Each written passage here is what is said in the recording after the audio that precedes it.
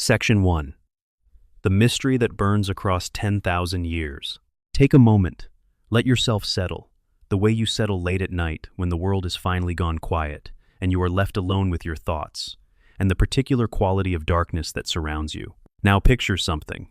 Not a man in any conventional sense, though he was shaped partly by a man's hands, partly by a world's fire, and partly by something the emperor of mankind built into his very cells before the chaos gods scattered his gestation pod across the galaxy. Picture something that stands 8 feet tall and carries the weight of a craftsman's patience and a soldier's grief in equal measure. Skin the color of volcanic glass, eyes that burn red like cooling embers, hands that can forge weapons of divine craftsmanship, and then carry those same weapons into battles where entire planets hang in the balance. He has been thrown into the heart of a nuclear detonation. He has had his head removed from his body by a fellow Primarch who did it just to watch him regenerate, just to see if he would, just to understand the nature of the thing imprisoned in his chains. He has had his chest torn open, his limbs ripped away, his body thrown naked into the void of space. He has been shot at close range by hundreds of bolters simultaneously. He has been left in the venting shaft of a starship's drive systems, a space so saturated with lethal heat and radiation that ordinary materials simply cease to exist within it. He has been stabbed through the heart by a weapon made of crystallized lightning from the Emperor's own infinite psychic power, a weapon specifically designed to permanently end even the most unkillable of beings. And after every single one of those experiences, he got back up. His name is Vulcan. He is the Primarch of the Salamanders, the 18th Legion of Space Marines.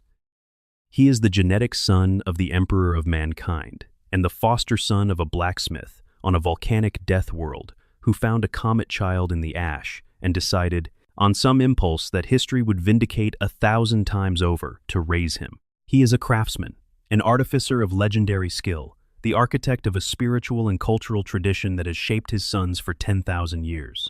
He is a man who wept openly on the battlefield for fallen warriors, who cared for ordinary humans in a way that most of his brothers found puzzling, and some found actively suspicious. He is a being who has survived everything the worst galaxy in existence could throw at him. And there is a very strong case to be made, built from canonical lore sources and the internal logic of the setting itself, that somewhere out there right now, somewhere in the vast dark between the stars, Vulcan is still alive. Not metaphorically. Not in the sense that his legacy lives on in his sons, though it absolutely does. Not in the comforting spiritual sense that a great person never truly dies as long as they are remembered, though the salamanders certainly remember him. In the physical, material, cells, still dividing, lungs, still breathing sense of the word, alive. A perpetual, a being whose relationship with death is fundamentally different from any ordinary human or even any other Primarch. Walking some world we have not heard of, engaging in some purpose the lore has not yet disclosed, waiting for the moment his sons complete the task he set them 10,000 years ago. What makes this mystery genuinely compelling rather than just an interesting piece of trivia is everything layered beneath and around it. The world that shaped him into what he is, the culture he built around his sons, the extraordinary and specific nature of what perpetuals actually are in this setting's cosmology.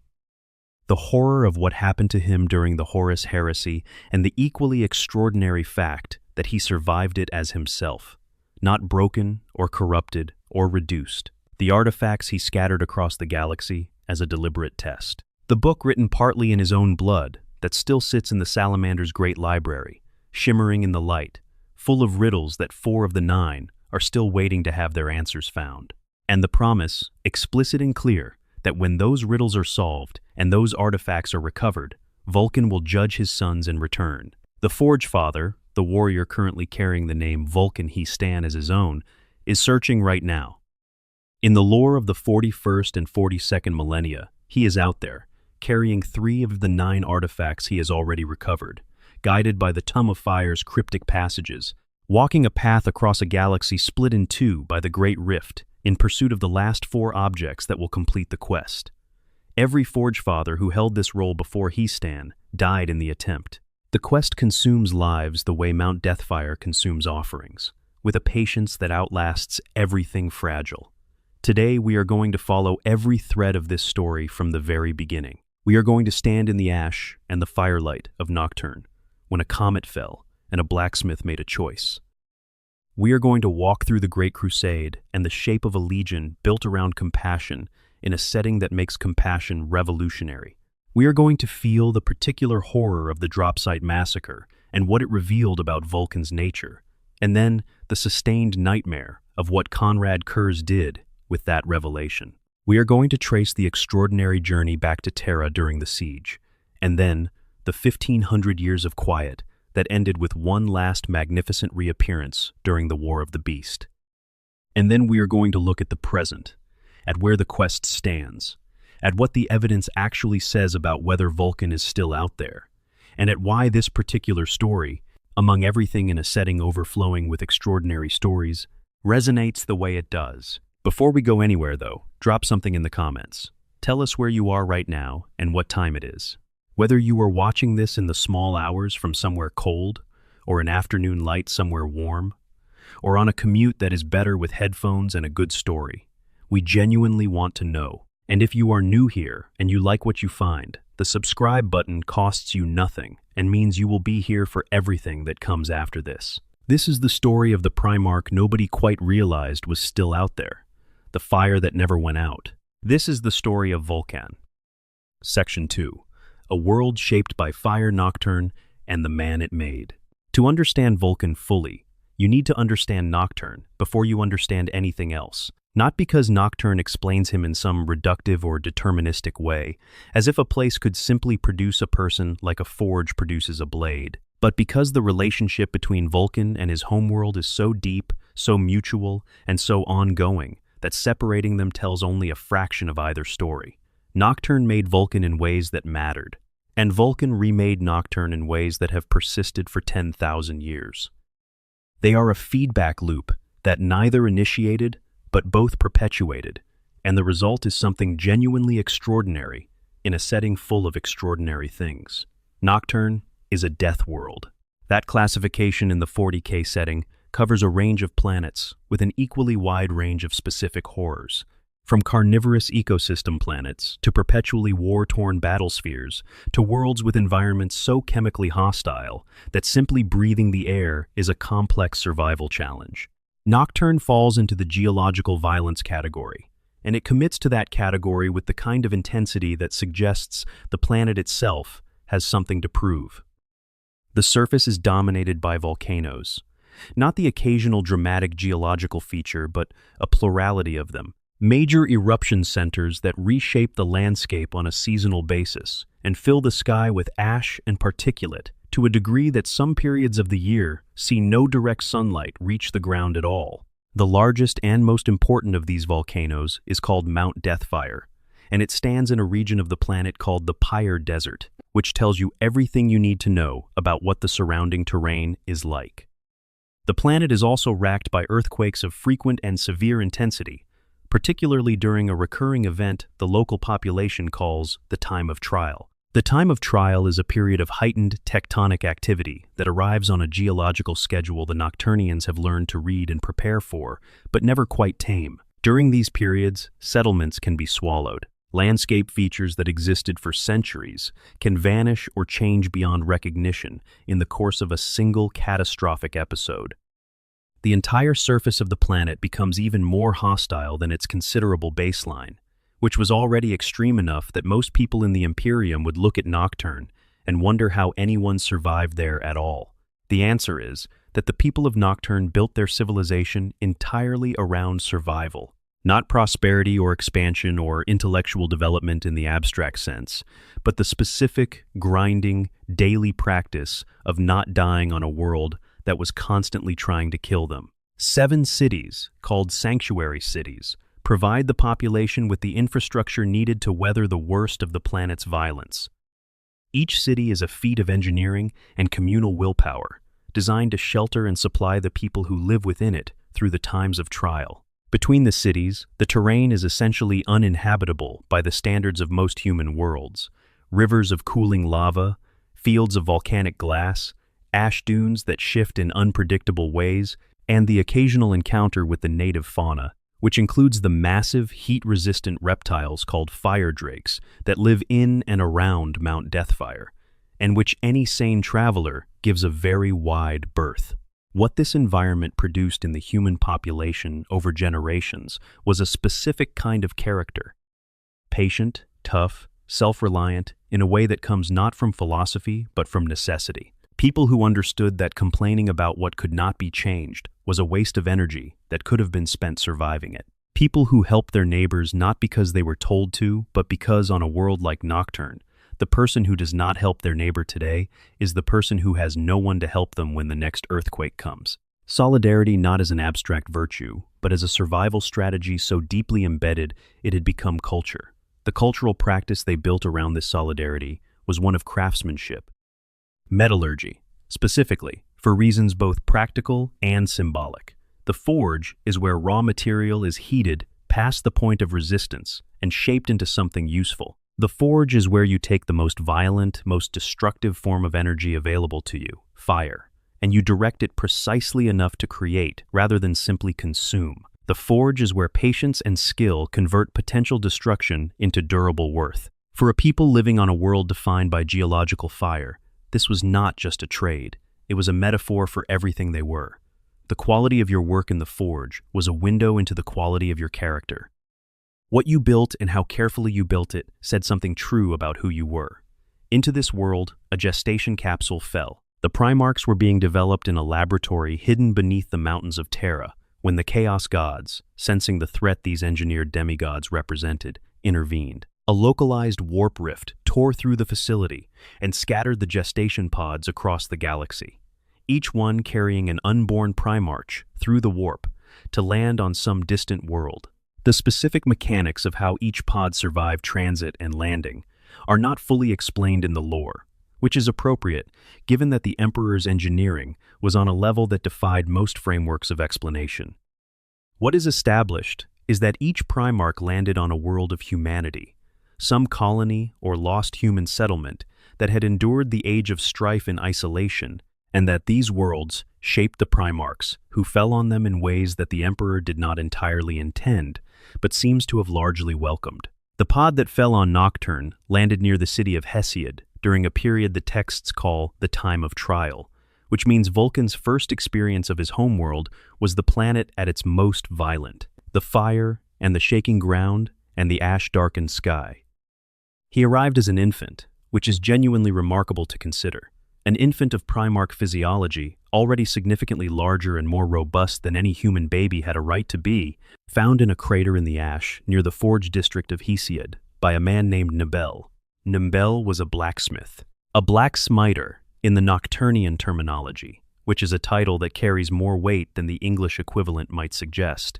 A master craftsman of metal, a person of significant standing in a community where that skill was foundational to survival. He was already familiar with the Promethean cult's prophecies, the ancient spiritual tradition of Nocturne that spoke of a coming savior who would fall from the sky. Whether he made the connection immediately or whether he simply looked at this impossible child, already remarkable even as an infant, and felt something that exceeded rational categorization, Nibel made a decision that history validated beyond any reasonable measure. He brought the child home. He gave him a name, Vulcan, after the ancient mythological figure associated with fire and metalworking. He raised him as his son. Let that sit for a moment. The man who became one of the 20 greatest warriors humanity ever produced, a being who could survive nuclear detonations and regenerate from death, the architect of a spiritual tradition that would endure for 10,000 years, learned his most foundational values at the knee of a blacksmith on a volcanic death world who chose to be a father to a comet child, because the right thing to do was sometimes just obvious. Vulcan grew at the rate common to all Primarchs, reaching physical adulthood within 3 years. By that point, he was already larger than any man in Hesiod, stronger than anyone could quite believe, and demonstrably the most intelligent person in the settlement. His metalworking skill surpassed Nibel's almost immediately, and then continued to develop in directions that his foster father genuinely could not follow, inventing techniques and discovering alloy combinations that pushed Nocturnian metallurgy forward in months, what might otherwise have taken generations. But what the accounts of his early years emphasize, consistently across multiple sources, is not the superhuman quality of his abilities, but the way he used them. He taught. He shared what he learned.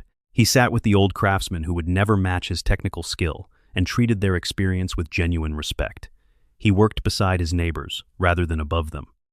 In his 4th year on Nocturne, the Dark Eldar came. The Drukhari, the Dark Eldar as they are commonly called, had been raiding Nocturne for generations through webway portals that connected the network of extra-dimensional tunnels to locations near and sometimes on the planet's surface. They came for slaves, the specific commodity that powers the economy, and many of the darker pleasures of Camorra, their city hidden in a pocket of the webway's vast architecture. The Nocturnians were habituated to these raids in the way that people become habituated to recurring disasters, not accepting them exactly, but building their culture around managing them. Every person had a hiding place. Every settlement had a dispersal plan. The raids were terrible, and they happened, and the survivors rebuilt and waited for the next one. Vulcan was 4 years old in the Nocturnian reckoning, though physically a full-grown man of extraordinary dimensions. When the Dark Eldar came to Hesiod, he did not go to his hiding place. He walked to the center of the settlement. He crossed 2 blacksmith's hammers over his shoulders, and he waited. The accounts vary slightly on what happened next in terms of who moved first, but the essential story is consistent. The people of Hesiod saw him standing there, alone in the open, and something changed in them. Something that had been compressed by generations of hiding, some coiled readiness that had never quite found a use, recognized itself in that single figure standing in the center of the square, with hammers crossed and no visible fear. They came out of their hiding places. They stood with him. They fought. They won decisively. Within weeks, the leaders of all 7 sanctuary cities of Nocturne had traveled to Hesiod to meet this young man, who had taught his people to stop hiding. The 8-day tournament that followed was elaborate, a test of skill and strength across multiple disciplines, whittled down over days until only 2 competitors remained, Vulcan and a stranger. A wanderer who had arrived in the city before the tournament and been invited to participate, who was obviously not local, whose weapons and manner were subtly wrong for Nocturne in ways that a careful observer might find puzzling, whose quiet self-possession had the quality of someone accustomed to being very powerful in situations that were not testing his actual capabilities. The final trial was salamander slaying. Both men had a day and a half to forge a weapon and then climb Mount Deathfire and kill the largest fauciated drake they could find. Vulcan forged a warhammer of his own design. The stranger forged a keen-edged sword. They ascended the mountain separately. Vulcan found his prey, a massive fire drake, and killed it with a single blow that speaks volumes about what a Primarch's physical force can accomplish. He began to descend with the carcass. The volcano erupted. Vulcan was caught at the edge of a cliff face with liquid rock below him, hanging by one hand, while the other clung to the tail of his dead prize. He held on. He held on for hours, which is the kind of physical feat that Primarch physiology makes possible, but which is still extraordinary, even for a being of his capabilities, because endurance under sustained stress over time is a different demand than raw strength. And then the stranger appeared, carrying a fire drake that was visibly larger than Vulcan's, that would have been the superior prize in any objective comparison. The stranger looked at Vulcan. Without hesitation, he used his kill's heat-resistant hide to create a bridge over the lava flow and helped pull Vulcan to safety. His prize fell into the fire. He had won the competition and then forfeited it to keep Vulcan alive. When they returned, everyone could see what had happened. The crowd began to speak in the stranger's favor. Vulcan silenced them, turned to the stranger, and went down on one knee. He said that any man who valued another's life over his own victory was a man worth serving. This was not a calculated political statement. The accounts make clear it was a genuine response, an expression of something Vulcan actually believed, a value that had been forming in him across 4 years of living, beside people who helped each other survive. Self-sacrifice was not an abstract principle for Vulcan. It was the most concrete thing in the world. The stranger removed his psychic disguise. The Emperor of Mankind looked at his son. Every other Primarch who encountered the Emperor for the first time had that meeting on different terms. Some were conquered militarily and then won over. Some were reasoned into understanding, some were simply told who they were. Vulcan had already chosen, freely, before he knew who the stranger was. The Emperor had not needed to reveal himself. He could have accepted the pledge without it. The fact that he did reveal himself, that he gave Vulcan the truth immediately, rather than letting the service proceed on the terms Vulcan had already set, suggests something about the Emperor's specific regard for this particular son. The one who chose service before he knew what he was serving. In his first address to the survivors of the 18th Legion, those battered warriors who had spent years without their Primarch and were on the edge of something like extinction, Vulcan laid out his vision in terms that were extraordinary for their time and context. Not military glory, not conquest, not the maximizing of the Legion's combat capability. He spoke of honor, of self-sacrifice, of self-reliance, of brotherhood. He named these as the Promethean Creed and asked his sons to adhere to them. The word creed is important here. Not orders, not regulations, not the kind of command structure that runs through military hierarchies.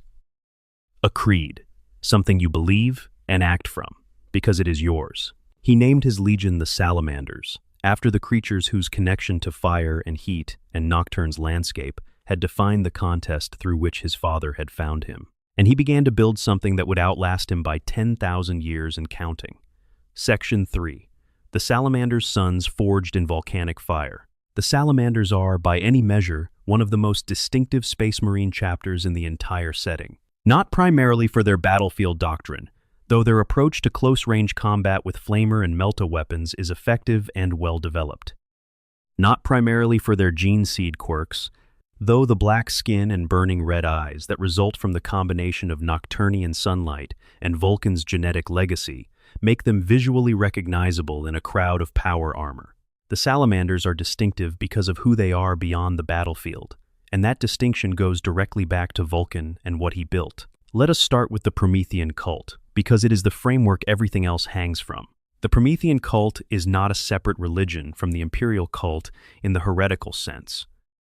The ecclesiarchy has officially recognized it as a non-heretical variant of the standard imperial faith, which is actually a significant stamp of approval in a religious institution that tends toward rigid orthodoxy. The Promethean cult draws on the teaching of Vulcan and the spiritual traditions of Nocturne, weaving together the forge metaphors of Nocturnian culture with the theological framework of imperial faith. Fire serves as its central symbol, a dual emblem of creation and destruction, of the process that unmakes in order to remake, that is fundamental to both metallurgy and to the Nocturnian understanding of life cycles. The Circle of Fire is perhaps the most theologically interesting concept within the Promethean cult's framework. It represents the cycle of death and rebirth, the idea that in death something returns to the earth, is bonded with it through fire, and is eventually reborn in new form. The Salamanders take this seriously in ways both practical and symbolic. When a salamander dies in battle and his body can be recovered, that body is burned in the Imperium, the massive crematoria within the sacred cavern inside Mount Deathfire. The ash and the essence of the fallen warrior are absorbed into the volcanic rock of Nocturne's most sacred mountain. The mountain holds them, the fire holds them. And from that holding, according to the Promethean tradition, something passes forward into the armor and weapons of those who continue to serve. Whether you read this literally or metaphorically, the practice reflects something real about how the Salamanders understand what they are doing and why. They are not simply fighting wars. They are participating in a cycle larger than any individual battle or campaign. The fire receives the dead and passes something of them forward to the living. The living carry the accumulated weight of everyone who came before.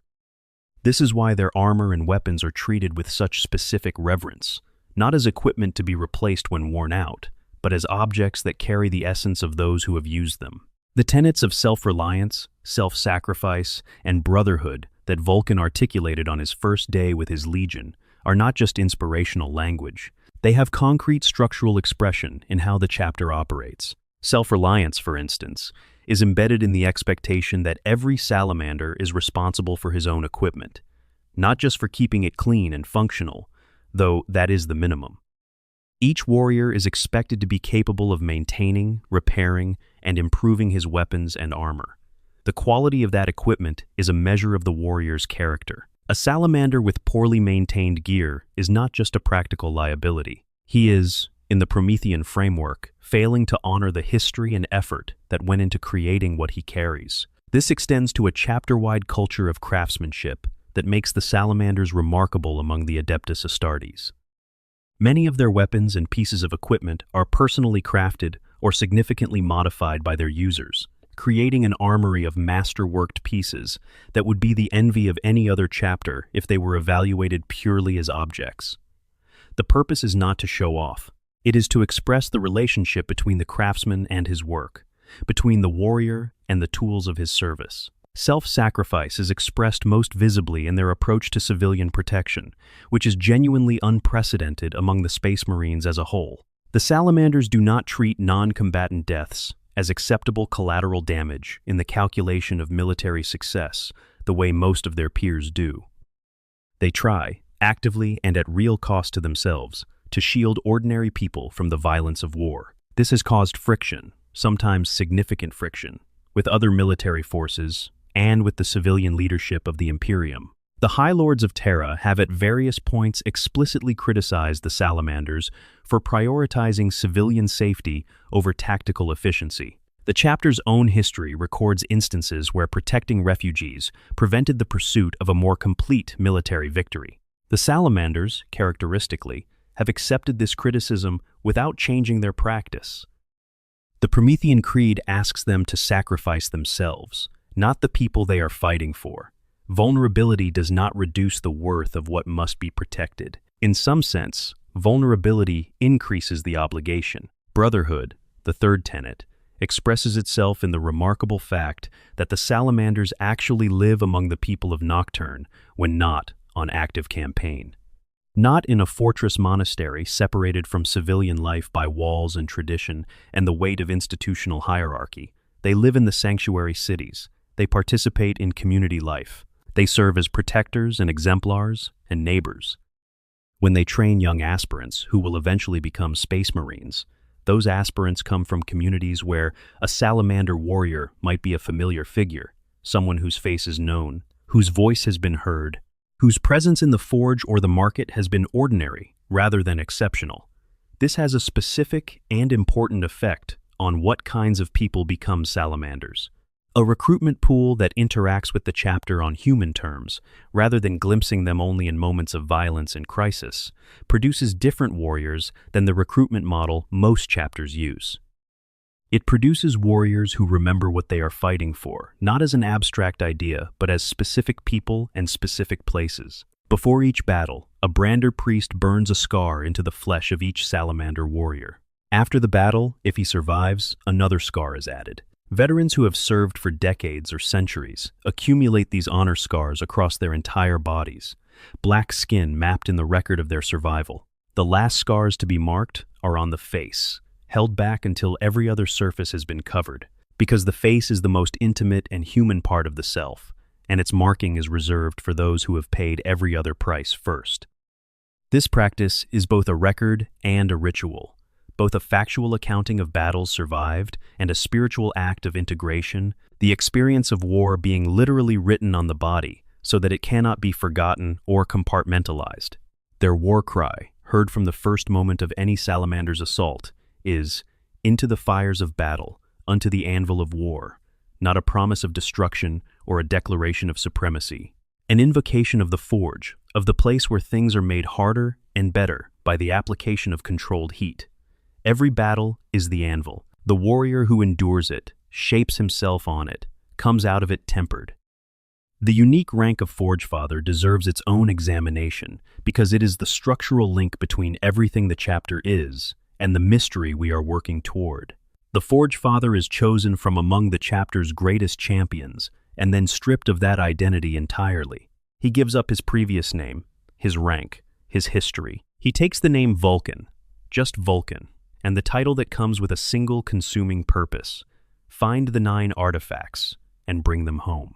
He serves on the Pantheon Council, the chapter's ruling body, but rarely attends it because his path takes him away from Nocturne and Prometheus and anywhere that might anchor him. Every Forge Father who has held this title before Heastan has died in the attempt. The quest has claimed lives for thousands of years without resolution, and the chapter accepts this the way they accept the scars. The price is real, the purpose justifies it, and they keep paying. Histan currently carries 3 of the 9 artifacts constantly: the Spear of Vulcan, Kezere's Mantle, and the Gauntlet of the Forge, working from the clues in the Tome of Fire to locate the remaining 4. The tome itself sits in the Pantheon, a circular library at the heart of the fortress on Prometheus, a collection so extensive and diverse that calling it a book is almost misleading. It is dozens of volumes in drakeskin covers. It is scrolls and charts. It is mechanical devices of arcane purpose. It is stranger things still, objects that seem to serve no function anyone has yet identified. Rumor holds that some of the text is inked partly in Vulcan's own blood, and that in the right quality of light, the letters seem to move, to shimmer, to carry heat within them that ordinary ink should not possess. The salamanders do not treat the tome as a historical document. They treat it as a living communication, a message still being sent from a being who expected it to be received eventually. The Forgefather studies it not with the detachment of a scholar examining an artifact, but with the focused attention of someone listening to a voice. Section 4. The Great Crusade and the Weight of What Horus Was Becoming.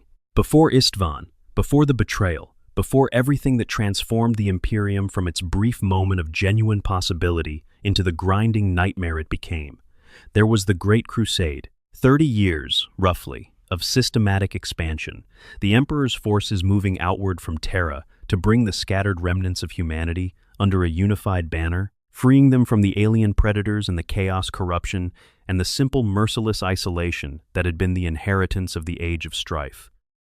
It is easy, looking at the 40K setting from the 41st millennium's vantage point of absolute grimness, to forget that the Great Crusade was at least partially a genuine act of liberation, that there were worlds where the Imperial army arrived to find human populations that had been enslaved or hunted to near extinction, and the Crusade's arrival meant something real and positive for those people. The Salamander's role in the Great Crusade reflected Vulcan's character directly.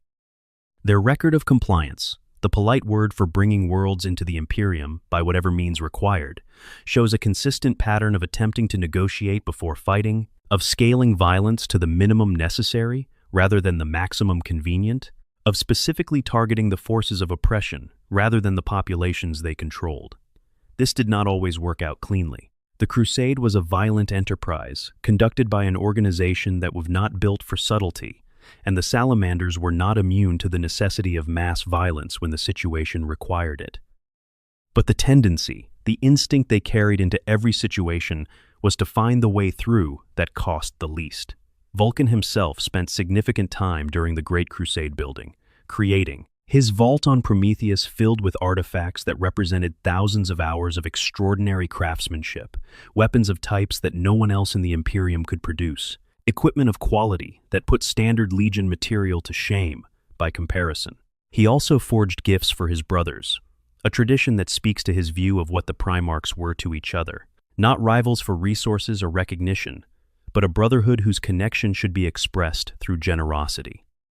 The Warhammer Dawnbringer was made as a gift for Horus, intended to celebrate his brother's elevation to the rank of War Master, the gift of a craftsman for a moment of political significance. He did not give it to Horus. The reason is worth understanding in detail because it illuminates both the moment at which Vulcan's confidence in Horus began to crack and something fundamental about Vulcan's character. There was an incident during the compliance of a world called Kara Atan, where Conrad Kurz and the Night Lords conducted a campaign of terror against the civilian population that crossed well past the lines of what was considered acceptable even by the Crusade's relatively elastic standards. Kurz's method was to spread fear so profound that resistance became psychologically impossible, and the specific techniques he employed involved the deliberate, graphic killing of civilians in ways designed to traumatize survivors, rather than simply eliminate opposition. Vulcan was deeply disturbed by this. Not just tactically or strategically disturbed, but genuinely morally disturbed, in the way that a person with a functioning conscience is disturbed by witnessing something that violates a deep understanding of what is acceptable. He reported Kurz's behavior to Horus, and later to Rogel Dorn, and when he went to Horus with his specific concern about what the Night Lords were doing and what it implied about the kind of Imperium they were building, Horus's response was mockery. Not disagreement, not a considered rebuttal of Vulcan's concerns, but dismissal and derision, a performance of contempt for the very values Vulcan had just articulated. This unsettled Vulcan in a way that went beyond the specific disagreement. Something was wrong with Horus in a way he could not yet name, but could feel as clearly as a craftsman feels a flaw in metal, a hairline crack running through material that had appeared sound. He kept the hammer. He was going to give Dawnbringer to a man whose hands on it he was no longer sure about. He took it to Istvan V instead, where it served its purpose, where everything served its final purpose on that black sand field under a sky already turning wrong. Section 5. Istvan V, the day the sky turned traitor. The drop site massacre of Istvan V is one of the most consequential military actions in Imperial history and one of the most psychologically devastating events in the story of any Space Marine Legion.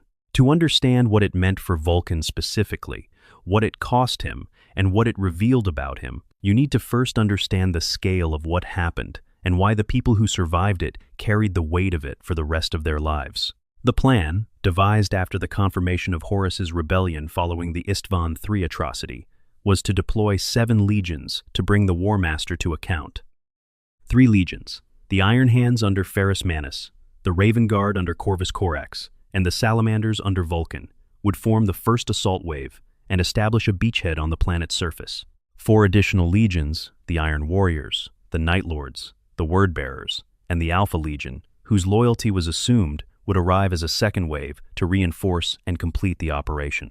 What neither the Emperor, nor Rogel Dorn, nor the vast majority of the Imperium's leadership knew was that all 4 of those second-wave legions had already secretly pledged themselves to Horus and the ruinous powers. The Iron Warriors, the Night Lords, the Word Bearers, the Alpha Legion. All traitors, all waiting.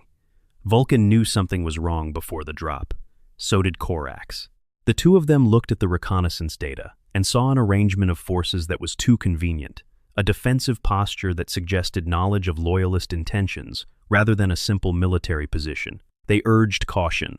Vulcan sent an astropathic message recommending delay, though it was apparently never received by its intended audience. Ferrus Manus, driven by rage at the betrayal of his former closest friend Fulgrim, overrode their concerns and pushed forward.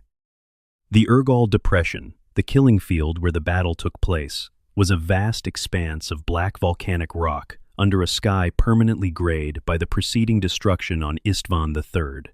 The traitor legions were dug in and fighting with the full commitment of warriors who had burned their alternatives. The first-wave loyalists hit hard. Despite everything, despite the tactical disadvantages, despite the ratio of forces, they were actually making progress. The Salamanders drove into the left flank of the traitor positions, with the kind of controlled, sustained aggression that characterized their combat doctrine. Vulcan at the front, with Dawnbringer, his pyre guard around him. Then the second wave's transports descended, and the guns turned. The Iron Warriors, the Night Lords, the Word Bearers, the Alpha Legion. 8 legions of Chaos Space Marines opened fire on the 3 Loyalist legions caught between them. The first wave had been fighting their way toward the traitor fortifications, expecting reinforcement behind them. What they got was annihilation on 2 fronts simultaneously, traitor fire from in front and betrayal from behind. The killing field became precisely what the name implies, and the bodies on it were loyal. The Iron Warriors brought orbital assets to bear. Nuclear strikes delivered from ships in orbit, targeted against a planetary surface still occupied by Allied forces. This should convey the level of commitment involved. The traitors were not trying to minimize casualties or manage the situation with subtlety. They were trying to end the 3 Loyalist legions as military forces in the minimum possible time, using the maximum available violence. The majority of the Salamander's legion died at Istvan V, not in the vague sense of suffering heavy casualties. The bulk of the warriors who had trained together, bled together, carried the Promethean creed into battle on hundreds of worlds, simply ceased to exist in the fire and the concussive force and the mechanical precision of the traitor's slaughter. The Salamanders went into the Urgal Depression as a legion with the capacity to contest a planetary compliance. They came out as survivors, scattered across the wreckage, those who made it to the drop site and escaped to orbit, doing so with the specific awareness that most of their brothers would not be following. Vulcan himself was caught in one of the orbital nuclear strikes. Directly caught. The detonation radius was not ambiguous. A blast that converts matter to energy across a significant area simply caught him in it, and he survived. Not because of his armor, not because of any tactical decision or positioning, but because of something in his biology that he did not yet fully understand. He survived the strike as a perpetual survives death through the cellular mechanism that simply refuses to accept the final state. He came back from the atomic detonation already beginning to regenerate, which must have been a disorienting and terrible experience, even for a being of his capabilities, emerging from the subsiding light of nuclear fire onto a battlefield where his sons were dying around him. He was surrounded immediately. Iron warriors and night lords, not interested in a clean kill, interested in capture. He fought.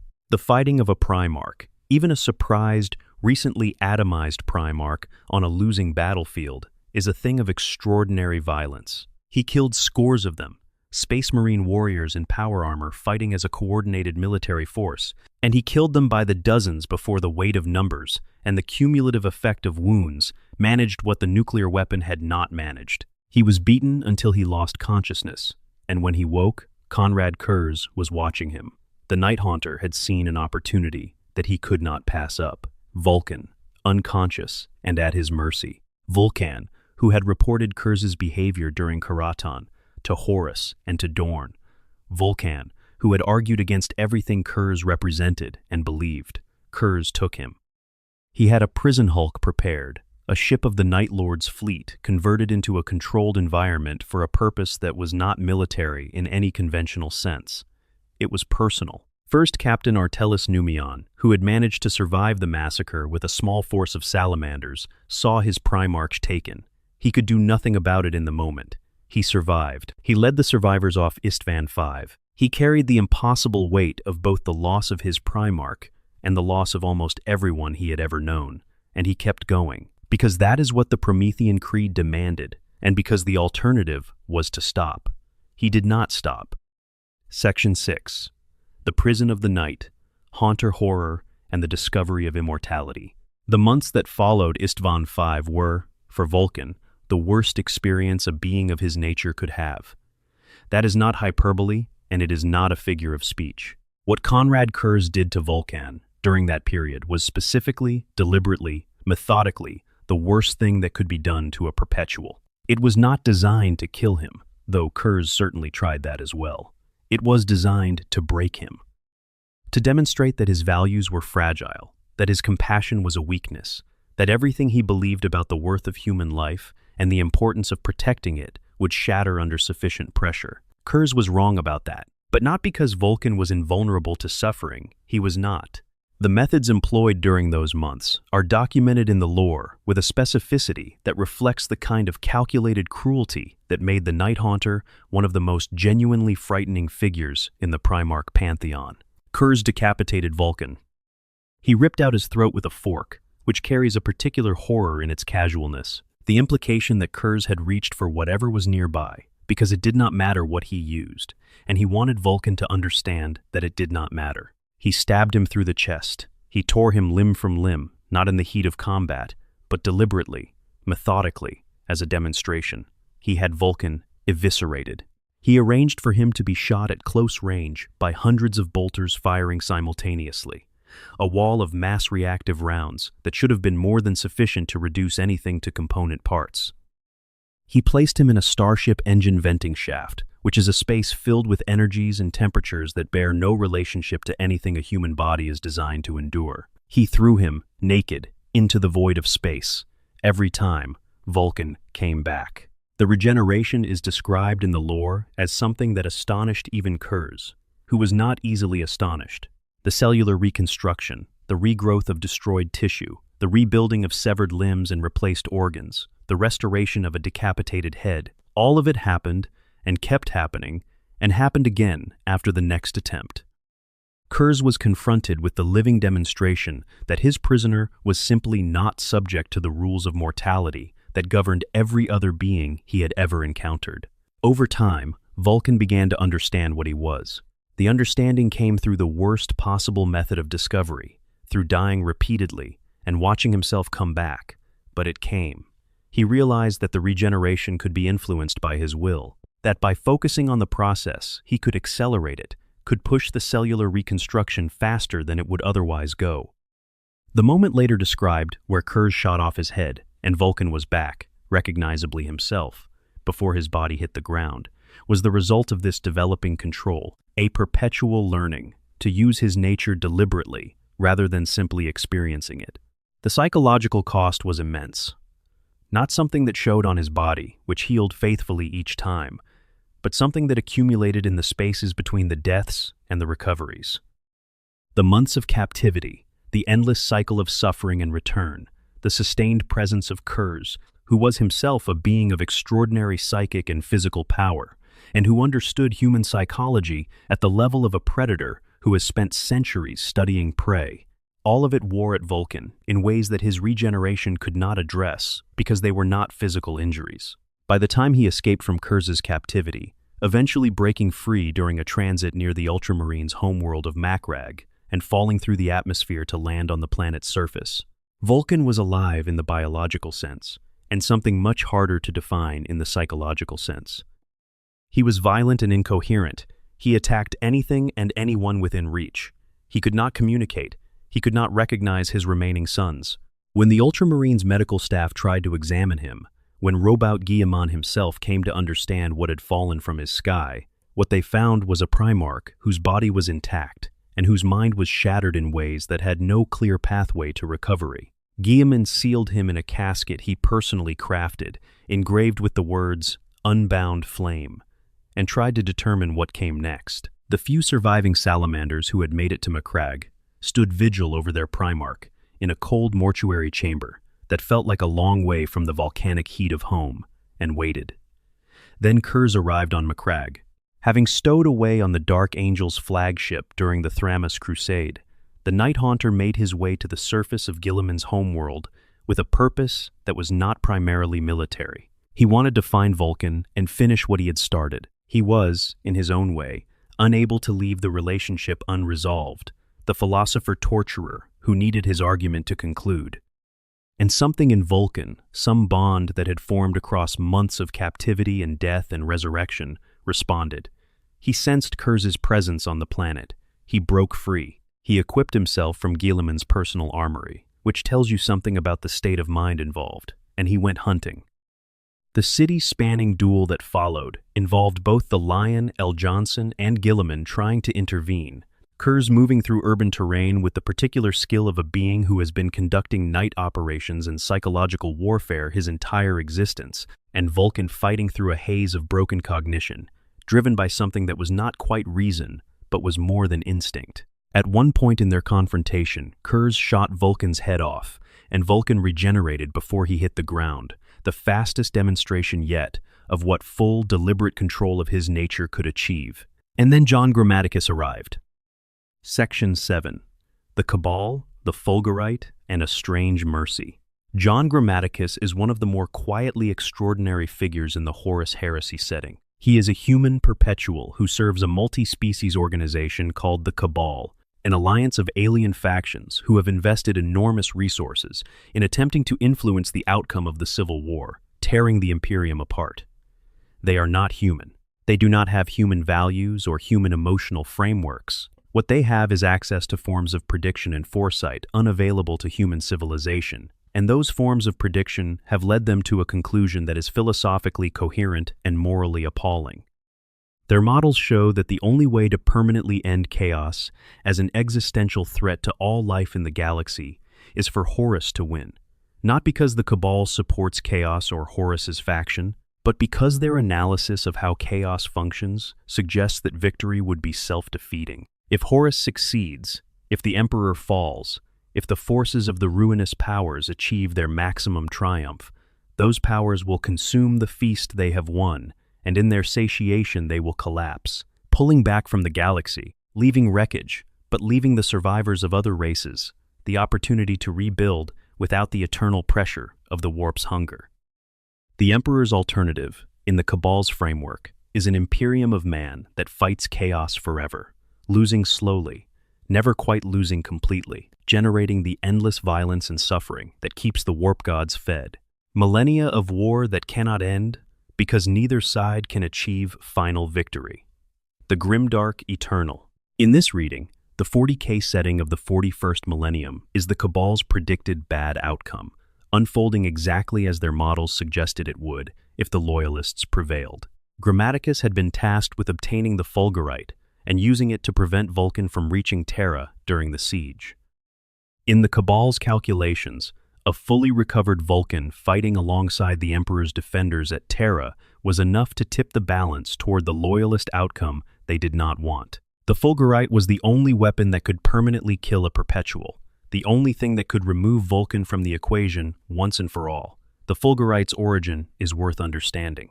Fulgurite is the naturally occurring glass that forms when lightning strikes sandy ground, the electric discharge fusing silica into hollow tubes in the shape of the bolt's path. The specific piece that Grammaticus spent considerable effort tracking down and retrieving was formed on a planet called Traoris, where the Emperor had once unleashed an effectively unlimited amount of his own psychic power, against the forces of chaos and some conflict from before the Great Crusade. The lightning that struck the ground during that event carried a fraction of the Emperor's own infinite psychic force. What it fused into glass was therefore glass charged with the Emperor's essence, a crystallized remnant of divine lightning. The only way to permanently kill a true Perpetual is with a weapon made of that material. This is established in the lore as essentially a cosmological rule. Ordinary death does not stick. Even extraordinarily violent death does not stick. But death dealt by a weapon formed from the Emperor's own psychic force interacts with a Perpetual's soul template in a way that overrides the regenerative mechanism. Two expressions of the Emperor's power, the Perpetual's soul and the weapon that carries the divine charge, in catastrophic interaction. Grammaticus found Vulcan on Macraj during the duel with Kurz. He found a Primarch in a state of psychological wreckage, fighting on something beyond rational cognition, technically alive, and effectively lost. And he made a choice that went against everything the Cabal had asked of him. Eldrad Ulthran, the Eldari Farseer who had been working against the Cabal's plans and toward a different outcome for the war, had reached out to Grammaticus. Eldrad had shown him another possibility. If Grammaticus himself, as a Perpetual, used the Fulgurite on Vulcan, the nature of the interaction would be different from what the Cabal intended. Instead of simply killing Vulcan, it would heal him. The psychic investment of Grammaticus's own immortality into the strike would flow into Vulcan's broken mind and restore it, the Perpetual energy serving as a healing agent rather than a killing one. The cost would be Grammaticus himself, reduced from a Perpetual to an ordinary mortal, facing his eventual final and permanent death as a man rather than as something that returns from the grave. The Cabal wanted Grammaticus to kill Vulcan. Eldrad showed him he could instead save him at the cost of his own immortality. Grammaticus had been working for the Cabal for centuries. He had done things he regretted, including playing a role in Alpharius's decision to support Horus's rebellion. He had spent a long time being something that served alien interests at the expense of his own species, and in the moment of decision, faced with the broken figure of a Primarch who represented everything that was genuinely worth fighting for in the Imperium, Grammaticus chose humanity. He stabbed Vulcan through the heart. The explosion was psychic and physical simultaneously, a release of energy that sent both of them into unconsciousness. When it resolved, Grammaticus was mortal, his perpetual nature consumed in the act of healing. And Vulcan was, to all observable measures, dead. The wound from the Fulgurite did not immediately close. His body did not immediately begin its familiar reconstruction. Even with his perpetual nature, the divine lightning weapon had achieved something that no physical force had managed. The Primarch of the Salamanders, who had survived nuclear detonations and decapitation and the void of space, was apparently dead. Guilliman, Sanguinius, and Lion L. Johnson all tried to remove the Fulgurite from Vulcan's chest and could not. It was embedded in something more fundamental than flesh. His body was placed in the gold casket Guilliman had prepared, the words "Unbound Flame" on its surface, and the surviving salamanders took him home to Nocturne, guided by the faith of Artellus Numion, who refused to believe that this was the end, who could not reconcile what he knew of Vulcan's nature with the idea of a permanent ending. At the ceremony at Mount Deathfire, when Vulcan's sealed casket was lowered into the caldera, some of the salamanders present thought they heard a heartbeat. It may have been their grief looking for a sound. It may have been exactly what it seemed to be. Days passed, nothing emerged. The salamanders mourned. They held their ceremonies. They returned to Nocturne in the full weight of their loss, and they began, slowly, to accept what the evidence in front of them was suggesting. And then, in the tunnels beneath Mount Deathfire, something stirred. Section 8. Reborn in Fire, the Road to Terra, and the Siege that Changed History. He woke without memory. In the deep places of Nocturne's most sacred mountain, in passages of cooling lava that had not been mapped by living feet in living memory, Vulcan came back to consciousness, not knowing who he was, or where he was, or why the stone around him was warm with the mountain's heartbeat. He was there, present, breathing, physically intact. The wound from the fulgurite apparently closed at some point during his time in the caldera. But the self that should have been present, the accumulated identity of decades of life and war and command and grief, was slow to return. He was met by a figure he perceived as an old man, an aged presence in the tunnels, carrying himself with the easy authority of something that had been in this mountain longer than any living person. He called himself a spirit of the mountain, though what he actually was is one of the more deliberately ambiguous elements in the Horus Heresy's long run of deliberate ambiguity. A psychic projection of the Emperor's consciousness, reaching through the connection the fulgurite had established. A genuine spiritual entity, rooted in Nocturne's ancient volcanic power, the kind of thing that exists in a universe where the warp responds to collective belief and intense emotional resonance. A hallucination from a mind, still healing from its wounds? The lore leaves the question open in a way that respects all three readings simultaneously. What the old man gave Vulcan was direction. He pointed him toward two objects, a thunder hammer called Urdrakul, and an artifact called the Talisman of Seven Hammers, neither of which Vulcan had any memory of forging, which is significant given that he had forged thousands of objects in his lifetime, and his memory for his own work was detailed.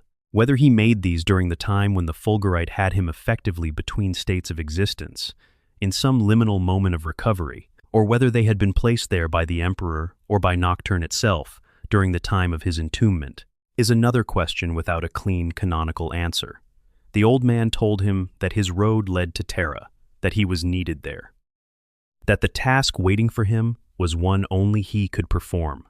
Vulcan emerged from the mountain and found three salamanders keeping their vigil at the entrance to the tunnels below. He told them to return in 3 days, to tell no one of what they had seen, and when they came back, they became his Droxward, his 3-person escort on the strangest journey of the heresy. Using the talisman to open a webway portal deep beneath Nocturne, Vulcan and his 3 companions entered the Aeldari network and began working their way toward Terra through a route that bypassed the ruin storm, the catastrophic warp weather that Lorgar had unleashed to isolate the Sol system from the rest of the Loyalist forces. The journey was not clean or straightforward. The webway was dangerous, in ways different from, but not less serious than the physical dangers of open space. Warp entities had moved into it during the war in the webway, the Emperor's secret project to open the network for human use that had been ruined by Magnus's accidental breach. The travelers fought through a satellite realm of Kamara, encountered Shadrach Medusan's guerrilla fleet, still waging its irregular war against Horus's forces, passed through the webway paths that ran near Kalistar, the webway city that had been the site of earlier conflicts, and eventually, after a journey measured in weeks rather than the quick transit the webway could provide under better circumstances, emerged in the Imperial dungeon, the deepest levels of the Emperor's palace on Terra.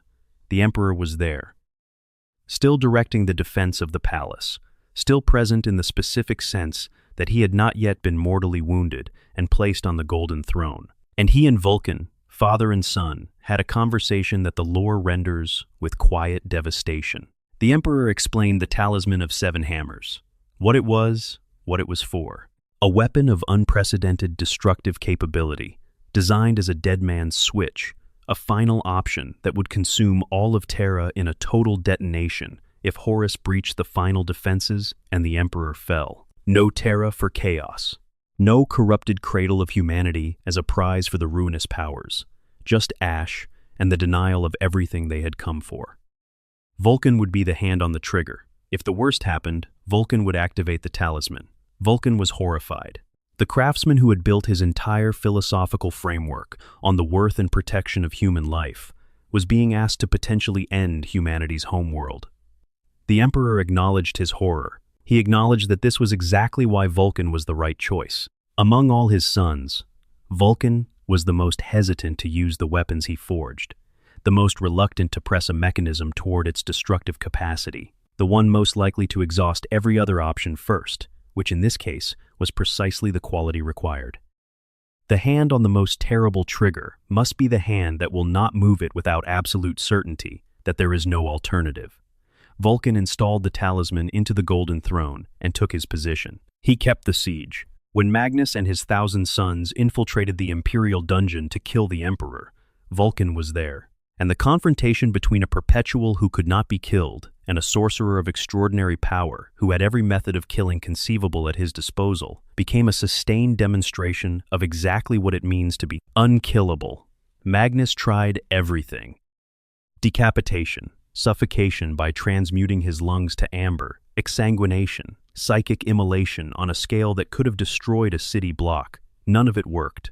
Vulcan came back each time, and the attrition swung toward him until Magnus was desperate enough to drop his barriers.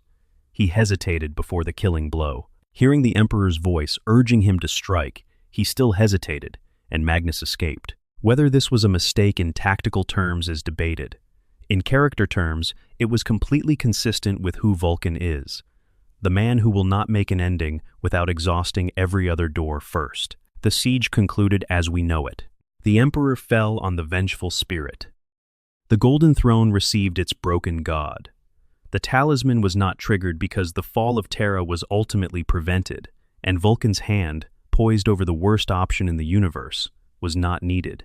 In the aftermath, during the Great Scouring, Vulcan fought. His rivalry with Mortarion and the Death Guard, which had its roots in the Great Crusade and the specific opposition of their philosophical frameworks, expressed itself in sustained campaigns as the traitors were driven back toward the Eye of Terror. He led his legion, what remained of it, rebuilt it. 3,000 years of service, of war, of the ordinary, extraordinary routine, of being a Primarch in a galaxy that never stops providing threats to counter. And then he left. No battle, no corruption, no defeat. He simply departed, leaving behind the Tome of Fire, the artifacts scattered to become a test for his sons, and a promise that his departure was not an ending. He had somewhere to be. Another war. Another time. The door closed, and the centuries began to accumulate, and the salamanders kept searching. Section 9. What it means to be undying. The Perpetual Lore Deep Dive. The concept of perpetuals is one of the most carefully developed and most philosophically interesting elements in the entire Horus Heresy novel series. Introduced primarily through Dan Abnett's work, particularly the character of John Grammaticus in the novel Legion and its sequels, the idea of human beings who cannot permanently die opens up questions that the setting uses to explore some of its most fundamental themes. A perpetual is not simply a person with enhanced healing. Every Space Marine has enhanced healing. Every Primarch has healing that makes Space Marine recovery look modest. But these are matters of degree, of biological systems pushed further along, a continuum of normal organic function. A perpetual operates on a different principle entirely. The mechanism is not fully articulated in the canon, appropriately given the setting's preference for keeping some things genuinely mysterious, but the functional description is consistent across multiple sources. A perpetual can regenerate from any injury, including total physical destruction. If every molecule of their body is converted to energy, they come back. The physical form will be rebuilt by the mechanism of their nature, the soul template that persists independent of the physical substrate and draws matter back into itself until the person is reconstructed. This is why ordinary death does not work on a perpetual.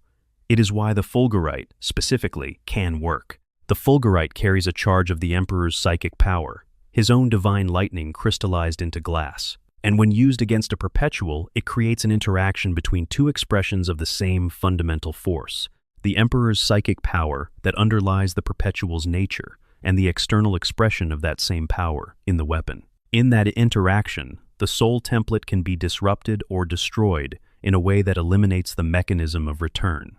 The known perpetuals in the setting are few and scattered. The Emperor is the oldest and most powerful, his perpetual nature making him the original reference point. John Grammaticus was modified into perpetual status by the alien technology of the Cabal. Olanius Person is a natural-born perpetual. There are a handful of others, each shaped by their immortality in specific and personal ways. For Vulcan, the evidence strongly indicates he was deliberately engineered as a perpetual by the Emperor, an intentional design choice rather than an accident.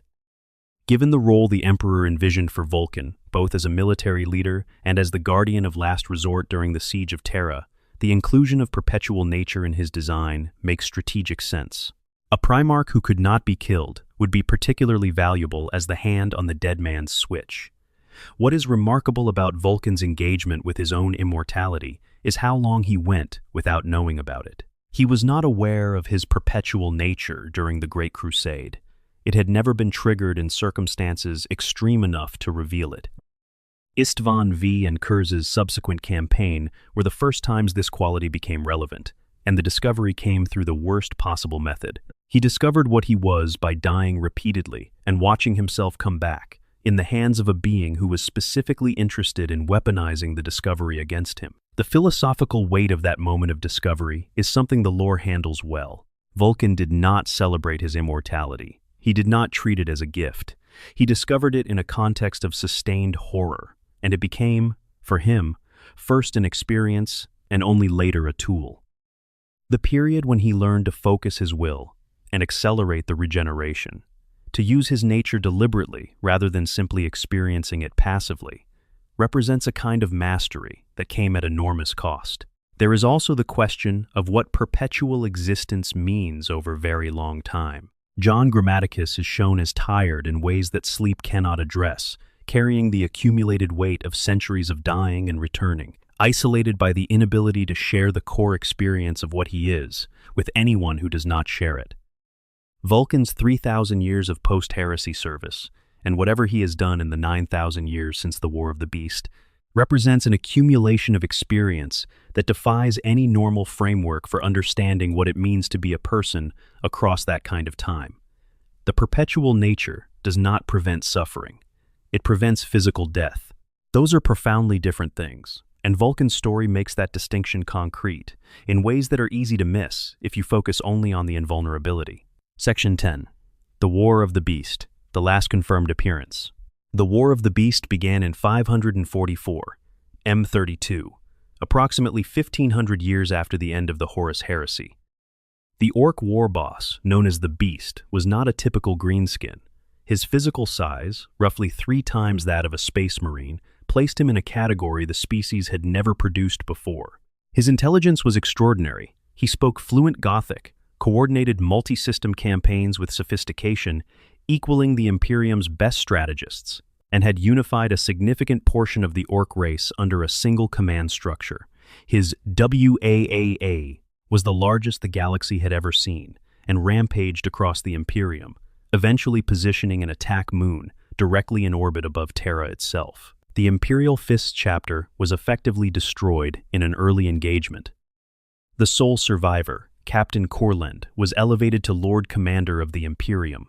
The political and military institutions of the Imperium were destabilized by the combination of the invasion's damage and their own 15th century accumulation of structural rot. The attack moon over Terra was not just a military threat, it was a declaration that nothing was beyond the beast's reach. The Inquisition located Vulcan on the volcanic world of Caldera, where he had apparently made a vow at some point in the 1,500 years since the Scouring that the world would not fall to fire. When the Greenskin invasion came, he had been defending it alone, dying to Orc weapons repeatedly and returning each time, holding a line against millions purely because he had given his word, and he did not break his word. Corland led an expedition to Caldera. They found him exactly as described. The military force they brought turned the balance. The world was saved. Vulcan honored his vow. He returned with them to Terra. He did not manage the High Lords gently. He told them what their conduct had cost. He did not purge them, because structural chaos during an active existential crisis makes everything worse. He made them functional. Then he led the first invasion of Ulanor, the beast's homeworld, at the head of a coalition force. The battle for Gorkograd was brutal urban combat through a city designed to be a killing ground. Vulcan led the strike force that penetrated to the heart of the beast's temple Gargant. He fought the beast directly. The temple Gargant was destroyed in a massive explosion. Vulcan was not recovered afterward. His official status: missing in action. Not dead, missing. Before the battle, he had explicitly told the assembled Imperial authorities that his return was temporary. His words, as recorded: he was destined to appear again for another war in another time. He had spent the campaign in something approaching isolation aboard the flagship, keeping whatever he was thinking private, present only when the specific military purpose required him. He came to fight one battle and honor one vow, and leave again, missing. In the case of a perpetual, who explicitly said he would be back. The rest of the War of the Beast was eventually resolved through other means. The Beast was ultimately defeated in the third invasion of Ulanor. The planet was teleported to another star system by the Adeptus Mechanicus and renamed Armageddon. Yes, unquote, that Armageddon. The 40K setting does this kind of thing, and it rewards the attention. 9,000 years of silence from Vulcan followed. 9,000 years during which the salamanders kept the faith, kept the quest, kept the brand scars and the vigils and the study of the Tome of Fire. 9,000 years during which the galaxy became what the 41st millennium is. A nightmare larger and more complex and more broken than anyone who lived through the Horus heresy would have believed possible if you had told them this was where it was going. 9,000 years. And the salamanders kept looking. Section 11. The Artifacts and the State of the Quest. In the 41st millennium, 5 of the 9 artifacts have been recovered. 4 remain missing. The Chalice of Fire is a forged ship of extraordinary scale, recovered after drifting in space for thousands of years with its crew in stasis. It now provides the salamanders with manufacturing capabilities that no other chapter can match. The Eye of Vulcan was recovered, still mounted on the Chalice's hull. It now serves as an orbital defense system above Prometheus. The Spear of Vulcan, carried by Histan, burns hot enough to melt ceramite. Kesare's mantle, named for Vulcan's personal fire drake, is carried by Histan continuously. The Gauntlet of the Forge, one of Vulcan's personal weapons, completes the 3 Histan bears on his quest. The 4 remaining artifacts are known only by name: the Song of Entropy, the Obsidian Chariot, the Engine of Woes, and the Unbound Flame. Their forms, their specific locations, the passages in the Tome of Fire that would point the Forge Father toward them, remain encrypted in ways that have resisted thousands of years of interpretation by some of the chapter's greatest minds. The Unbound Flame demands the most attention. In Nocturnian spiritual tradition, the Unbound Flame is not simply an artifact designation. It is a core concept in the Promethean cult, the all-consuming, all-transforming fire that must burn before something fundamentally new can exist. It appears across multiple layers of Nocturnian mythology, always connected to transformation at the deepest level. And within the salamander's own scholarly tradition, some voices have proposed that the Unbound Flame, as an artifact, may not be a conventional object at all, that it may be Vulcan's soul. That what the Forge Father ultimately seeks when he seeks the Unbound Flame is the Primarch himself, that the last and most significant of the 9 is the living fire that scattered all the others. This reading is speculation within the fiction, not official confirmation, but it is consistent with how Vulcan thinks, the craftsman who teaches that what you build reflects who you are. The Primarch, who put himself into his weapons, his culture, his promises, the Tome of Fire written partly in his own blood. Of course, the last thing to be found would be himself.